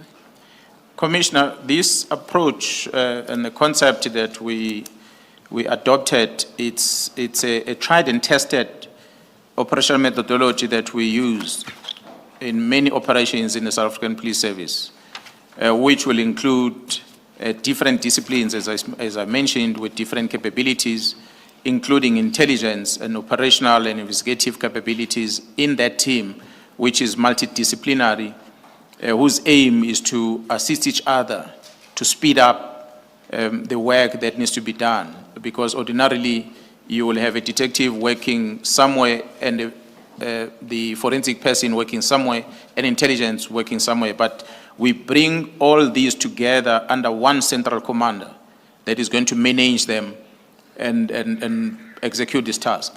We then establish a command structure of that task team. And the command structure that is going to focus on the execution of the task. And once after establishing that command structure, we then structure how the investigation is going to be conducted by establishing a central mission area, which we refer to as a mission area in the main, where the joint coordination of the operation is conducted under that commander. And then we, which in this case will have been at the provincial office where I was seated. From there, we will then establish a tactical operational areas, tech jocks, tactical joint operational centers, which are then located in different parts of the province that are going to focus on operational activities in that specific area, and then they will report and come and account to the mission area operational center as they execute their task. As I said, there will be an intelligence gathering, there will be analysis of the information, and then operational coordination, which will also include the investigation, as I said, and as well as the combat that will protect the investigators that are working with them. So it's a team that will be self-sufficient as they work. If a typical example, Commissioner, will have expert from forensic in that team, that as and when they found evidence, for instance, a firearm in the crime scene, they don't have to send it to forensic and leave it like that. They know the workings of the forensic, so they will go in there and be able to engage with their colleague to speed up the process of that analysis. Not necessarily that at times they do it themselves, but they will engage with their colleagues because they have access into forensic, unlike a detective who will put it in the reception area and wait until he's told. But the forensic people that are in the team, they've got access to forensic service. They know their colleagues, so they make it easier to speed up the process. And then access to some intelligence resources that we need, because it's allocated there and they are able to perform the work that they're supposed to do with speed, and then be able to engage with the prosecutors that are going to help them guide the investigation from the start to speed up the process, that you don't investigate and you finish and you think you're ready for trial, you go to the prosecutor and start querying some things on the docket. You work with the prosecutor as you develop this investigation. It gives you guidance in terms of what is required, and you go and collect that. So it is that coordination of the work that was the emphasis for this strategy to help us work, structured in that fashion at the technical side as well as the mission area side. So I hope I've covered everything. Yes, but midway that page, you list certain operational concepts which I think on their mere reading would sound like they are normal police concepts: intelligence gathering, analysis and coordination and the like. What about this particular task team was peculiar as compared to the previous regarding an approach to these concepts? The difference is that we will have, Commissioner, as I said, with all these different disciplines coming together, and we have to group them. So we will have I will say, different pillars of focus. There are those that are going to focus on information gathering and collection and analysis.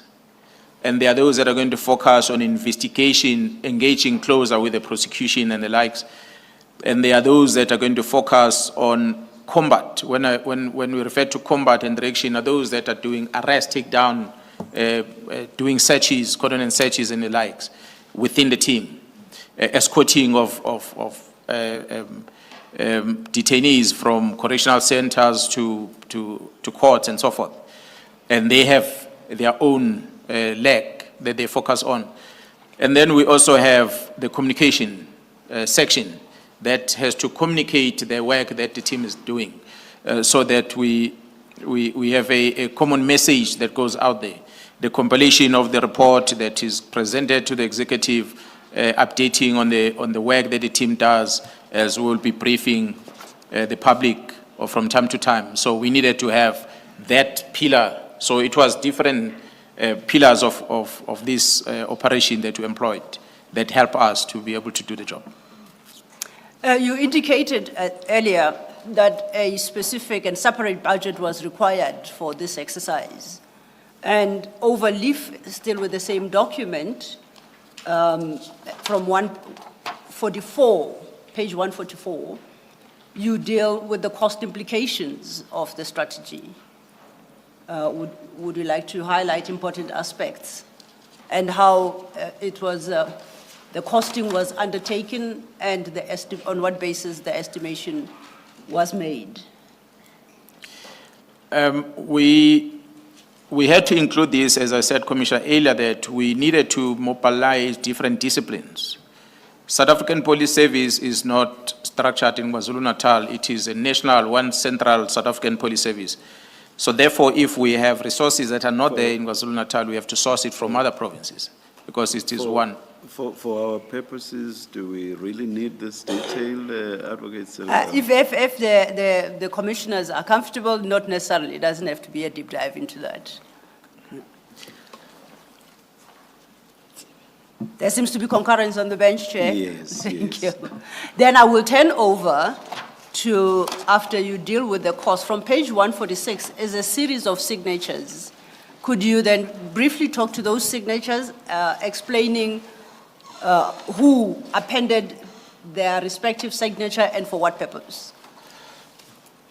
Commissioner, there has been a rethink to my right. So perhaps the general should cover that detail. Perhaps we may Apologies for that. That's quite all right, Chair. We'll strike a balance. It shall be in the briefest and most succinct manner, General, dealing with the cost implications of this particular strategy. Perhaps I think you should highlight the period for which the budget was intended, and you discuss it in that context. Okay. Commissioner, as I said, we developed this in June. Our intention was to start with this operational approach from the beginning of July, ending for the year, ending in December, end of December, which was a 6-month period. We wanted to deploy over 139 police officers during that period. So as I said earlier, Commissioner, that we will have wanted to bring other police officers that are not from KZN. Therefore, there's a cost associated with the accommodation, subsistence, and traveling allowances and so forth. We needed to get facilities for them to work from, some of them including, as I said, accommodation where they sleep. And we also needed to have other resources, computers, vehicles, and so forth, they needed to have to allow them to be able to work. Different disciplines are a responsibility of different deputy national commissioners, as we explained the structure earlier. So as we proposed this, we needed to make sure before the national commissioner signs off that these deputy national commissioner have an insight of what we want to do, and they make their own recommendations to the national commissioner in terms of the plan. So that's why you see the submission having been made by myself as a provincial commissioner. The first person that signs on there was the national commissioner, the deputy national commissioner was responsible for policing at the time, Jeremy Masimula, who is now a national commissioner, but at that time he was responsible for the left block on the structure that I showed earlier on policing. And the next one that signs off was a deputy national commissioner, Lieutenant General Tsumane, who was responsible for the middle block, which is an investigation of the police. He recommended that. And the third person that signed was the head of the DPCI, the national head of the Directorate of Priority Crime Investigation. At the time, the Lieutenant General Sibia, who was in that position, had signed and recommended the same. And we then had to get from the corporate side, where the budget was sourced from, a Deputy National Commissioner was responsible for asset and legal service, where we needed this resource from. General Vuma, Lieutenant General Vuma has signed also the recommendation of this, which means all the deputies that have different roles in terms of supporting the team signed this application, and it was then approved by the National Commissioner for us to be able to do the work. And if I then can take you to page 146, under item 7, you have listed 2 recommendations. Would it be correct to interpret the signatures appended to be in support of the recommendations as set out in item 7? So if you could first read out those recommendations, and then you may respond to my question. Commissioner, in understanding the roles of all the people that we want them to approve, and as well as what we want to do as this team, was to implement the strategy to investigate and prosecute perpetrators of political-related cases. We needed that strategy to be approved first. That's why we'll need people that are responsible for the operational side of policing to satisfy themselves that is this going to achieve the results or the work that is expected. So that was the first recommendation, where we were focusing mainly on the operational side. We're requesting the strategy to be approved to investigate and make sure that there's a prosecution. The second recommendation was for the project to be approved and funded from the national budget on the estimated total cost that is reflected to be managed at the province of KwaZulu-Natal. So we were asking because we understood as a provincial commissioner that there is a budget dedicated, allocated by the CFO for policing in the province, which is already prioritized for police stations to service the communities out there. So this is a project that we are proposing on the side. That's why we asked that the national office allocate a budget specific for that, so that we don't interfere with the operational budget. So the approval as a result and the allocation of the budget came as a result of these recommendations that we made. So effectively, the approval then was for the establishment of this task team in the manner proposed in the plan, and that the cost, the operational cost of that task team would be met out of the national budget and not the KZN budget. Is that a correct interpretation? That is correct, Commissioner. The funding, the total funding of this political task team came from the national budget. But how it works in government, the cost center being a province of KwaZulu-Natal, the national office will move that money to KZN, but ring-fence for the project. So KZN province will not use that money for anything else except that project. So that's why we have to account on it from time to time. So we had 2 accounting in the province. Accounting on the normal budget is allocated for the running of the province on one side, and then we account on the project on the side. Okay. So now we are at a point where the plan is developed and costed and has been approved by all divisions, including the National Commissioner. What happens thereafter? And we are now at your paragraph 64. As I said, Commissioner, that the plan was approved,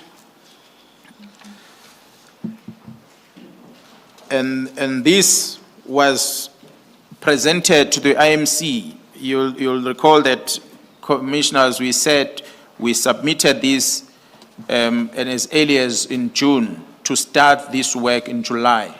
National Commission approved this thing on the 18th of June, and the work started beginning of July as it was envisaged. We had seen the IMCs in earlier before the work started.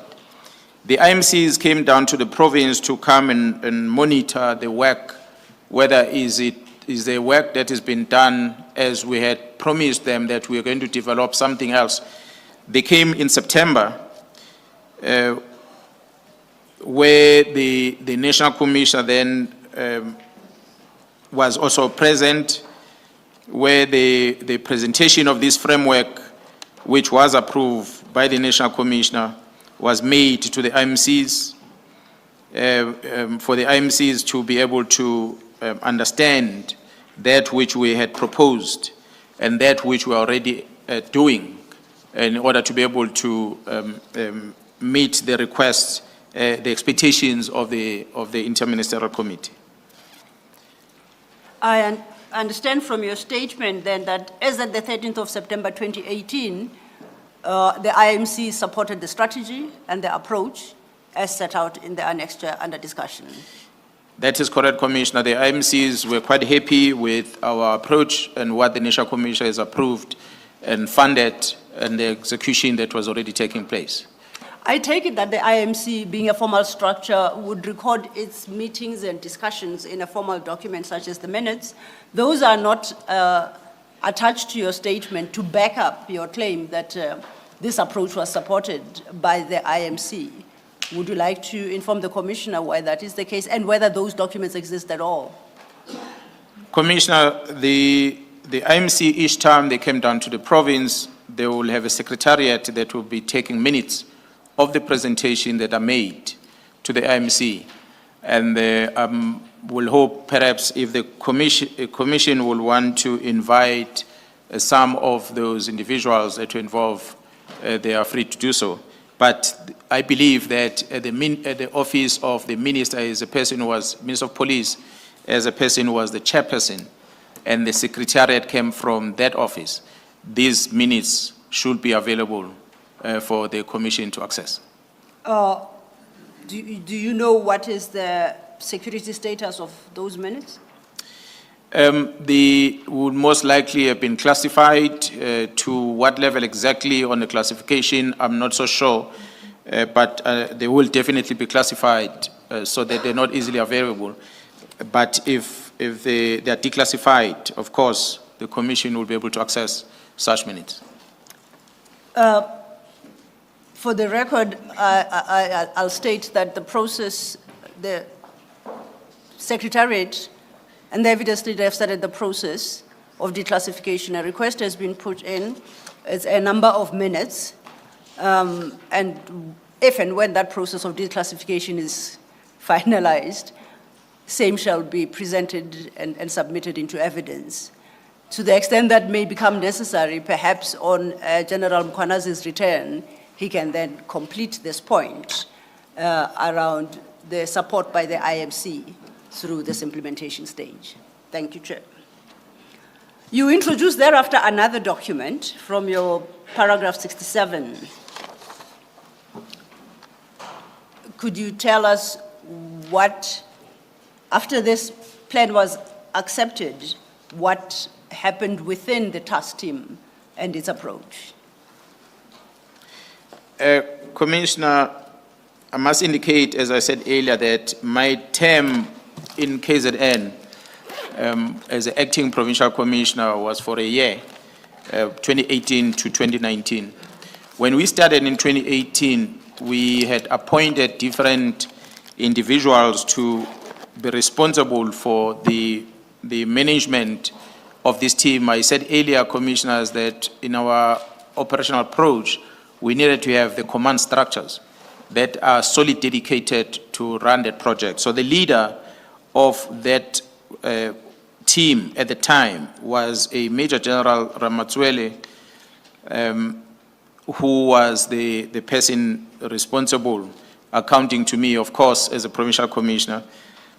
And we had two individuals, which were brigadiers at the time, who are now generals, both of them, that were assisting this Major General Ramatswele to manage this project. But the one that I want to highlight in the main amongst the two brigadiers is the Lieutenant General Kumalo, who's now a head of crime intelligence as well.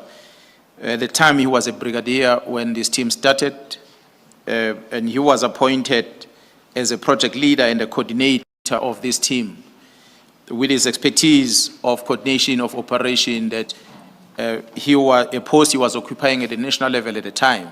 He was appointed to also coordinate this specific team at the time under the leadership of Major General Matswele. And I might just indicate, maybe pause there, Commissioner, indicate that Khumalo had landed in the province of KwaZulu-Natal at the time, deployed with myself to go and act in the province, but not for the task team specific. So, but when this reconfiguration or the strategy was developed for the team, he was then assigned to be part of that team when he started. So he was playing his role under leadership of Major General Matswele, and subsequent to that, Major General retired. And then Khumalo, at the time, had been promoted to a rank of Major General. He was then given the responsibility to be the one who then assumed the role that Major General Matswele was performing of leading the team in the province. And of course, he would have been promoted after that to other ranks in the service during this running of this team throughout the project. But in all that, I remain responsible for the work of this political task team, despite the fact that in 2019 I will have moved to the head office, but I still had the responsibility over the work the team was doing. So Khumalo is currently a divisional commissioner at Crime Intelligence, but he still had that responsibility given to him to oversee and coordinate the work of this team. So then if I understand, the appointment to the task team is not dependent on the post occupied by the candidate. It is the candidate that is appointed to the task team who happens at that time to hold a particular position within SAPS. Is that a correct understanding on my part? That is correct, Commissioner. In the result that, with the example of General Khumalo, that even as he progresses through the ranks of the SAPS, until eventually he is then appointed divisional commissioner of crime intelligence based in Pretoria, that appointment to the task team is retained and he still discharges that duty. That is correct, Commissioner. That is the workings of the South African Police Service, that you are given different roles while you are occupying your post. Typical example is that Major General Matswele, who was there at the beginning, was stationed at the head office in Pretoria and had his responsibility at the Detective Service Division. They were still carrying out the task while also managing the team on the ground. And the comprehensive strategy you reference, you have marked MK5 in your statement at paragraph 67. MK5 appears from page 150 of your file 2. You say at 150, it's a summary of the strategy, is that correct? The comprehensive strategy, as you term it. That is correct. And is there anything you would like to highlight about this comprehensive strategy? I take it that it is an improved version of the original plan that we spent some time discussing, that was approved by the IMC, am I correct? That is correct. Any specific highlights that you would like to make in respect of this document without necessarily going through it page by page? The highlight that I want to bring to the attention of the commissioners is that, as you're going to be seeing on this document, specifically, I think page 157, you'll notice that even on the document itself, it's got two badges that are reflected there, the one of the South African Police Service, as well as the one of the National Prosecuting Authority. So it then became a joint effort as we put this strategy together, that you could see it is no longer the South African police operating alone. It is now a joint operation to execute this task, and in order to make sure that that which is expected by the IMC is realized. And I see at your page 157, it's an organogram. You have on the one hand, we hope to be able to project. On the one side, we have Major General S.D. Khumalo, and what appears to be his counterpart, Advocate E. Zungu, and designation given is ADPP. The head of the NPA in the province, KwaZulu-Natal, was acting at the time, and that was Advocate Zungu, who was the head of the prosecution, who since she is now Advocate Harrison, and she is now not acting but a full-time director of the public prosecution in the province. So she was occupying that position and coordinating with the team and making sure that whatever that is done by the team is coordinated between the two. So then, to your left, under Advocate Zungu and those blue boxes, is that the contingent from the office of the DPP? You have Advocate Govender, Advocate Ramopa. On the right side. On the right side, that's right, yeah, right side. Sorry. Yes, that is true, Commissioners. What you see below Kumalo and Zungu, it's a team from the police as well as the prosecution that work together in carrying out this task. And is this the integration you speak of when you describe the political killings task team as an integrated multidisciplinary unit? That is correct, and that is what the IMC were expecting. That's what the IMC was expecting. You indicated in your first plan, MK4, that you had requested and you had recommended, and it was approved, a budget for the task team.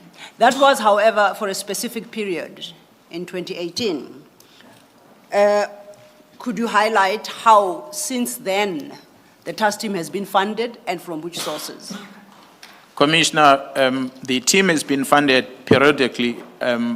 Each time we make submission on annual basis, and we envisage that maybe the work that they are doing will most likely be concluded at a specific time. That's why we'll project the operational times.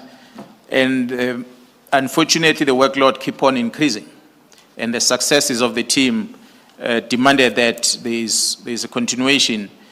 That is why our initial request that we requested that this fund be coming from the national office dedicated specifically for this project continues. So each time we make a new submission, we request the new funding, and the funding is allocated and the team continues. Ever since the inception, that's how it's been functioning. It has never touched the budget of provinces or specific units, but it was a specific allocated budget for the team. You say you make submissions and you seek approval from who? Who do you make the submissions to? Whose approval do you seek? It's always a national commission that will approve the operations of this nature in the South African Police Service. So the different levels, which will include critical, the Chief Financial Officer of the South African Police Service, who must then indicate the availability of funds. At times, we'll get funds not exactly as we ask for. We will ask for 1 rand, they give us 50 cents, typical example. But the CFO has to indicate to the National Commission that there is money available to carry out, to finance this project for this period before the National Commission can approve that. And is this process of seeking approval, is it a formal process in the sense that it's reflected in formal documentation of SAPS, or all it takes is a call from yourself as a provincial commissioner to the national commissioner? How does it work? Commissioners, state money has to be accounted for. So we have to follow a formal process to do this. That's why when we make a submission and the budget is allocated, we'll have started in the middle of the year. We did not foresee what we're going to need in the following year. But as the year progresses, we're able to project that in the following year, we're going to need X amount of money for this. We make a submission. And when the budget is allocated by the CFO, it's going to be declared in the books of the organization as we present before the oversight committees, be it Auditor General of South Africa or the Parliament. They get to know that the specific budget allocated for this project and the outcome of the project is also presented to those structures in order to justify the money spent. So is it your point that there is a written record that can be obtained for all the approvals sought and granted and the budgets allocated for the task team in each successive year. That is correct, Commissioner. Turning then to page 26 of your statement at paragraph 21, you talk about the concept of formation of task teams and how that is normal within the South African Police Services. Could you briefly put us through that? Commissioner, the establishment of the task team within the South African Police Service, it's a normal operational response that we employ in order to address a specific issue or challenge that we experience in the country. And these task teams are constituted at the provincial level by the discretion of the provincial commissioner, and some of them are initiated in the national level by the discretion and approval of the national commissioner. Political Killings Task Team is one of many of such project-based interventions that we employed in the South African Police Service. I might indicate that we have 11 of them at a national level that I can make a reference to. Political Task Team is one of those projects. There are many others, of which some of them are predating the date when the task team started, that have been in existence in the South African Police Service. Operating in different provinces include Gauteng, Western Cape, Eastern Cape, Mpumalanga, Limpopo, as well as one that is running across all provinces, which is coordinated at national level. You draw a distinction between what you say is a task team established at provincial level, and you distinguish that from the 11, which you term national priority intervention operations, of which the task team is one. What is the difference between the two categories? The provincial and national. No, between this national priority intervention operations, of which the task team is one, and the other task teams established within the various provinces. In the main, largely, Commissioner, as I said, they are established in order to address a specific problem. What we see in the main is that those that are established at the provincial level don't have a budget. They work from the operational budget that is within the province. There's no specific allocation budget for those. But the ones that are established at the national level will form the priorities of addressing a specific problem in the country, which might be confined to a specific province. And therefore, the national level intervenes. And in majority of the time, or largely, there is funding that comes from the national level for these type of projects. Largely because these national projects will include police officers that are coming from the length and breadth of the country to go to a specific area where the problem exists. So if the problem is here in Gauteng, it might require the mobilization of resources from other provinces to come into Gauteng and work with the Gauteng. That's why the budget has to be made available for that purpose. But one in the provincial level, most likely going to work from home. So you just drive, instead of going to one station, you go to another, you do the work, you go and sleep at home after that. So the one at provincial level does not necessarily have any financial implications. Okay. In the next few paragraphs, you deal with aspects you have already covered, including the organogram within the task team and the coordinating structure. At page 29, that is the structure we had on the wall. That is the prevailing structure as we speak today. That is correct. That is what the team is using currently. You deal from page 30 with the fact that the public killings, political killings, task team, my apologies, operates in KwaZulu-Natal, and at paragraph 83. You say it operates at KwaZulu-Natal and the Eastern Cape under General Khumalo's supervision and directed by the National Steering Committee, the IMC, and the President. Now, one, could you explain what you mean by the first statement that it operates in KwaZulu-Natal and Eastern Cape, if you said its original mandate was to address the political killings within KwaZulu-Natal? General, before you respond, have you explained to us what the National Steering Committee is? If you have, please forgive me, just repeat what that is. Commissioner, thank you. If I invite you again to number 80 on my statement that shows the structure, that there is a steering committee that is reflected there. The steering committee, it's a coordination structure that looks at the performance of the team. And this one that is reflected here is at the provincial level.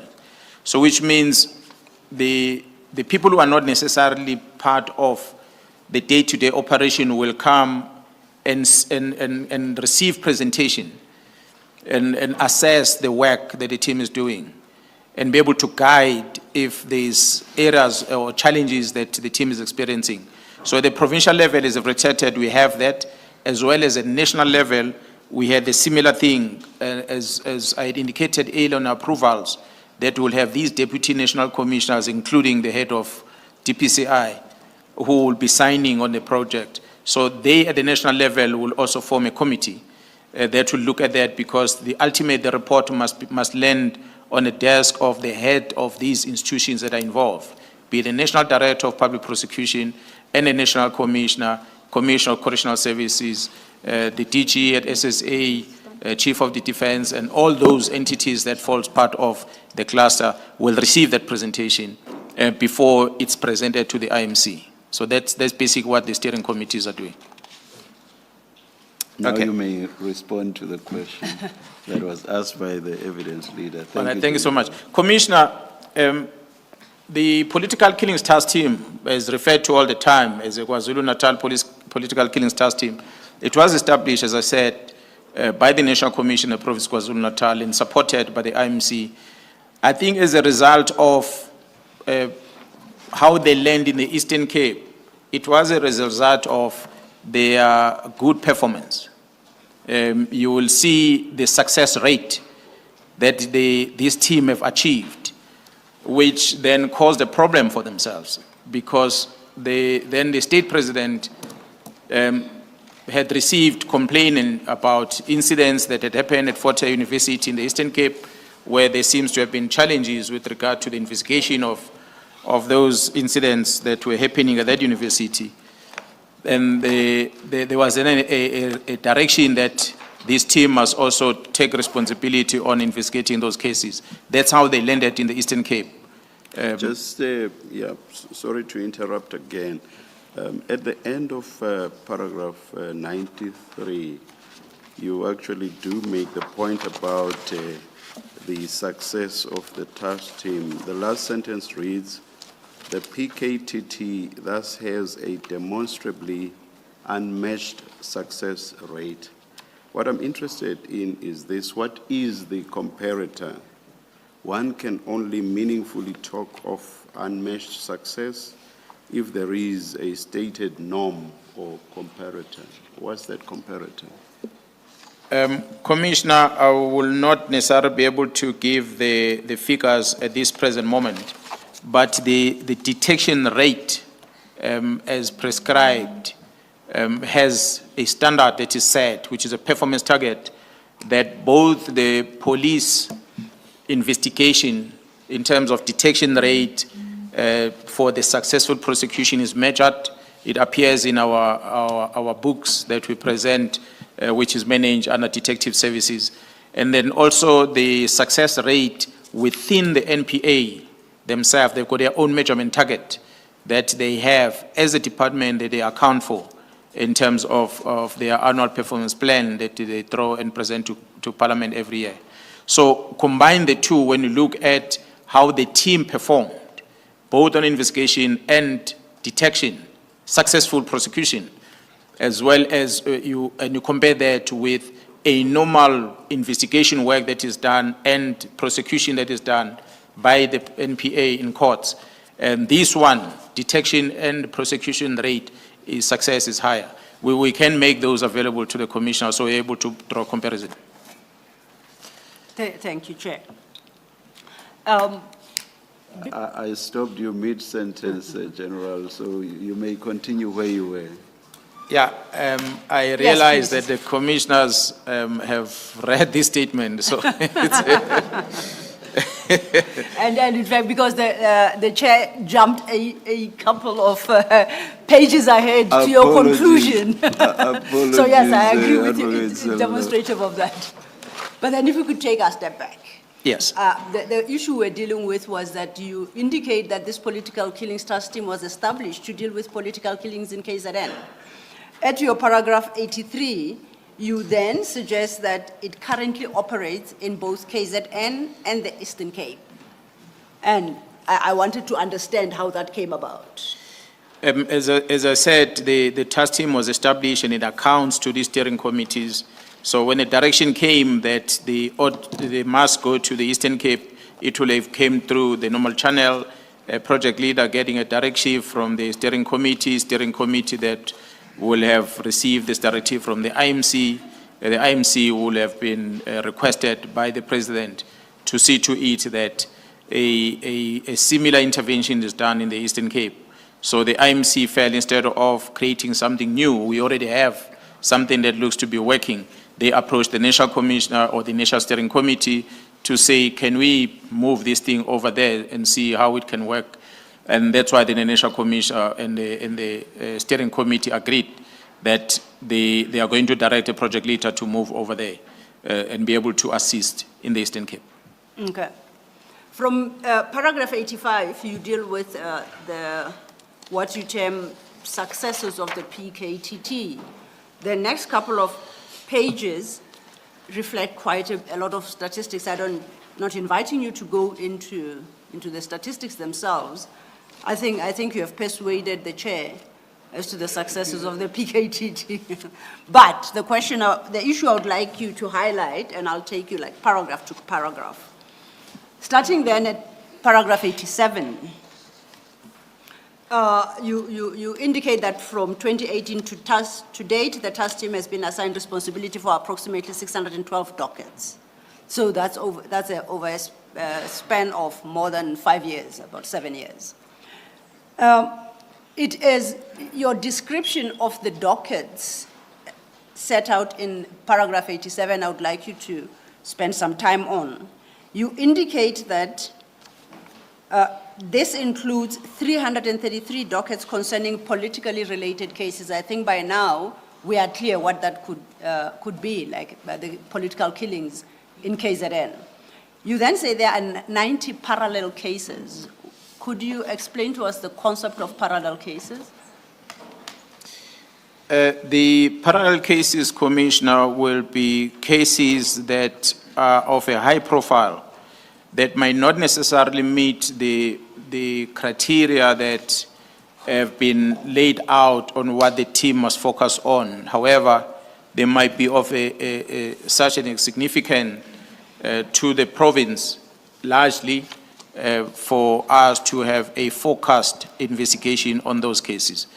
When the team started, we drew up the category of cases that the team must deal with. Largely were cases that were related to the political killings. But because we understood from the Madlanga Commission that the motive for these killings in the main were tenders. So, and the people that were affected in the main are the municipal managers, the CFOs or municipalities, and as well as different departments within the provincial government that end up being exposed in these matters because they are not awarding a tender to the place where some people are expecting them to send it to, which might be politically driven. And you'll find that while we are pursuing that, maybe the family relatives of such individuals, they become victims themselves. Typical example, if the CFO or the municipal manager relative is kidnapped or the family is attacked and they were thinking that they are taking the political leader or the CFO or municipal manager, but maybe they attack his family and he's not there at the time. We can see as a province that this looks like was directed at this person. And this person is protected by the work of this team, but the relative is not. But we can see this attack was aimed at getting to this person. So we take that docket and it becomes a parallel docket because it's not listed. That individual who's a victim is not listed as one of the priority people that we must focus on. But because of the sheer involvement of those people in the work that a specific person that we're supposed to be protecting is affected, then we take those and they become parallel. Then can you distinguish that from what you call ad hoc? Because Ad another hoc, category yeah. is ad hoc cases. Then the ad hoc cases will be some cases that are. No, I'm Commissioner. You'll pardon me. I mixed the two. The parallel cases, ad hoc cases, the one I'm talking about, ad hoc. That would be someone related to the person we're looking for, or we're supposed to protect. That is ad hoc. My bad. My apologies for that. Parallel cases, Commissioner, will be a case where a typical example, we're going to find a firearm that is used to murder or attack a high-profile individual who is a political figure or who's within the category of the cases that we're supposed to investigate. But when we take that firearm to forensic for analysis, you discover that that firearm is also linked to other murders that have got nothing to do with this case. Typical example could be a death of a school principal somewhere over something that is unrelated to what we're investigating. But because we now have a firearm and the likelihood is that the suspect that we have on this case and the weapon used is also undergoing another case elsewhere. So we want to bring that case into this team so that we are able to manage both of these cases. Otherwise, there might be conflict of court dates on both sides that will frustrate the work of the team. So we then bring those ad hoc cases that come on board. That is one angle of ad hoc. We have other ad hocs, Commissioner, as police officers go about your policing business where members will be moving from point A to point B and they see a suspicious vehicle. They will stop that vehicle and upon searching the car, they will find illicit goods inside, illegal firearms and so forth, and they effect arrest. So they carry that docket as well. Not necessarily it was part of their plan, but by default because they managed to deal with it. And sometimes they might get critical information that is urgent for them to attend to, and they attend to that, and it produces a docket. So those become part of ad hoc. That's why you see, even on the number, those ad hoc become many as compared to parallel. Parallel, as I said, they are more closer to the cases that are a priority of the team. Thank you, General. Chair, Commissioners, the rest of the paragraphs following up to the paragraph that the Chair highlighted, where the PKTT claims unmatched success, 93. These are the specific of the statistics. I do not intend to go through those unless there are questions from the commissioners, but the statistics are set out in those paragraphs.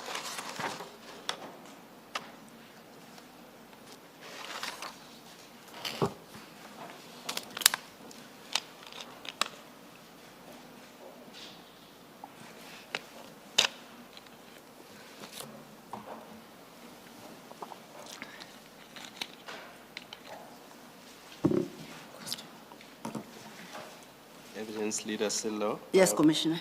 Can the General just complete the picture for us in relation to paragraph 87? 87. What is 87? Yes. On page 31. University of Fort Hare and the traditional leader investigations, what are those? You understood the question, General. Just to point out, these will be dealt with in greater detail later, but I think, no, for purposes of Commissioner Khumalo's question, let's complete that scene because they are referred to in the same paragraph. We've dealt with parallel cases, we've dealt with ad hoc, but in that paragraph as well speaks of 18 University of Fort Hare cases and 51 traditional leaders investigations. So could you briefly explain to us what is meant by 18 University of Fort Hare cases and how they come to be part of the task team mandate, as well as the 51 traditional leaders investigations? Thank you, Commissioner. The Commissioner did take us to the last sentence on paragraph 93, which reads that the political task team killings task team thus has a demonstrably unmatched success rate. It is this success that brings about these interventions, as we had reflected also on paragraph 83. When the crisis is observed at a particular area by the executive authority, and a request is then made for the intervention in that front. So in this case, I did indicate that previously how the team landed in the Eastern Cape, specifically at University of Fort Hare. That's why you see the total number of cases that the team has been dealing with at Fort Hare University, 18 in total, which was mainly also attempted murders as a result of corruption within the university. The request as a result of the pressure from the traditional leadership that themselves were experiencing attacks largely in KwaZulu-Natal province. That influence, I believe, the President of the Republic to approach the executive IMC in order to direct them to also pay special attention on this incident that not only affecting political leaders, but also affecting traditional leaders, specifically in KwaZulu-Natal province. So as a result, through the IMC and the steering committee, the team was then given the responsibility to also investigate cases that are involving the attacks and deaths of traditional leaders in our province of KwaZulu-Natal. So that's why you see that total 51, which was also in addition to the work of the team. So in essence, the original mandate of the political killings task team, as I understand you, was expanded to include the two issues you speak of, the University of Fort Hare and traditional leaders. That is correct. Can you indicate for the record who extended that mandate? So it's a mandate that will be directed by the IMC after approaching the steering committee, and then the steering committee through the National Commissioner will then direct the team to take over that responsibility. And just for, I guess, my own edification to conclude, particularly on the Eastern Cape, the mandate, so far as Eastern Cape is concerned, the extension of the mandate is specifically to the University of Fort Hare cases, such that once completed, the political killings task team would not have a role in the Eastern Cape. That is correct. I must indicate, Commissioner, that the team being moved from KZN to focus on the Eastern Cape, it did not necessarily mean that there is a complete new budget that is allocated for that purpose. So they had to do that work with the same budget that we did not plan for originally, that we planned to do the work in KZN, but they use the same budget to also move to the Eastern Cape to do the work. Thank you, General. Chair, I see my junior points out that it's 13, it's 2 after 13. The issue, I was hoping to finish this particular topic so I can start a new one at 2 o'clock, but that would eat into your lunch and perhaps on the first day it's uncalled for. Are you able to estimate how long you 3 will minutes. take with it? 3 minutes, Chair. Thank you. Only if it is 3 minutes. 3 minutes. Then if you could just conclude on this topic, because the next main one will be dealing with touches on other issues. I want to refer you to paragraph 96, page 35 of your statement, and together with paragraph 98. My question is, what is the status in terms of the approvals thus far granted? What was the status of the political killings task team in the financial year 2024-2025? And what is the current status in the year 2025 to 2026? I ask that question mindful of the minister's letter of the 31st of December 2024, which we'll be engaging with. I'm asking from the perspective of submissions and seeking approval for the continuation of the mandate of the task team. So if we could start then with 96 and you explain to the commission what the status was then at the time that the approval was sought and what the status is now, and that would be at paragraph 98. Commissioner, as I alluded to before, that the offices of the Deputy National Commissioners also engages on recommending the approval of the work of the team. Last year, on the 16th of April, through the submission that was made for the Political Killings Task Team to continue with its work in KwaZulu-Natal for the period of 12 months, which was a financial year, and also to request the approval of the budget for that purpose, and also recommending that we retain Lieutenant General Khumalo, despite the fact that he is now appointed as a Divisional Commissioner of Crime Intelligence, but retain him to coordinate, to project lead or project manage this Political Killings Task Team. And that submission went to the National Commissioner, of course, via different levels within the National Office, of which one of them that I want to highlight, that the Deputy National Commissioner, Lieutenant General Sibia, who is currently the Deputy National Commissioner of Crime Detection, received this submission, and he recommended the deployment of, or the continuing deployment of this team and the funding thereof, as well as the approval, recommendation for the approval of Lieutenant General Khumalo to be a project manager for this team for the period 2024 to 2025. And this submission was made to the National Commissioner via the CFO, who allocated the funds, and the National Commissioner approved as such. So an approval was granted in April last year, which an approval will have lasted until the end of the financial year, which is March 2025. So that's what has happened in the previous year. And just to complete perhaps that point, because you do refer to the document at paragraph 96, MK6, it's a document appearing at page 171 of the bundle. And I would like just quickly refer you to page 174 thereof. Again, it's that signature page, an overleaf culminating in, I think, the National Commissioner's signature. Is that the document that you say reflects Lieutenant General Sibia's signature in support of the continuation of the task team for the financial year 2024-2025? That is correct, Commissioner. The signatures sitting on that page is that one of the project manager, Lieutenant General Khumalo, Lieutenant General Sibia is a Deputy National Commissioner of Crime Detection, as well as CFO, who's a Lieutenant General Dimpane of the service.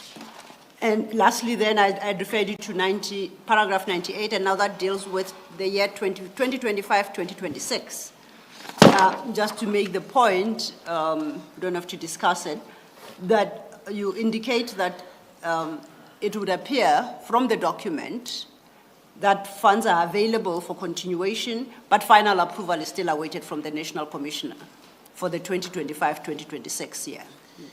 That is correct, Commissioner. I must indicate that the 2024-2025 was for a financial year. Financial year ended in March 2025.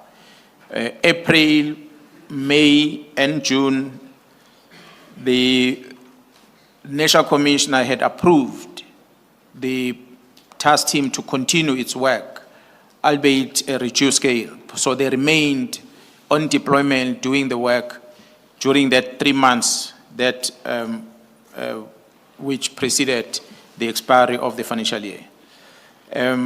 After that, on the 23rd of July, there was a new submission this year to the National Commissioner requesting an approval of the fund for the extended period, not for the few months. The one of April, May, June was only for a few months, but we requested an extension of a longer period, which is going to end next year, the end of the financial year. That request that was submitted to the National Commissioner requesting that further extension, as well as made a submission also to the CFO. Approval has been granted by the National, the approval of this work of the team has been granted by the National Commissioner. The team is now fully deployed to do the work. But with reference to paragraph 98, your conclusion is that the final approval by the National Commissioner is awaited for the year, for the remainder of the financial year 2025-2026. Is that correct? Yeah, the final approval by the National Commissioner was awaited on completion of the statement. Commissioner, member might confirm to this, Okay. but because I'm a police officer, part of the operation, I'm now privy to the fact that there is financial indication also that was done by CFO on the budget that can be made available to allow us to continue with the work. So we may make the note that for 2025-26 financial year, it's also approved, the continuation of the task team. Yes, sir. Thank you. Thank you, Chair. I ate into your lunch. I complete that part of the testimony. Thank you. Thank you, General. Thank you, Advocate Sello. Let us resume. Let us resume at 2 p.m. Thank you, Chair. Thank you.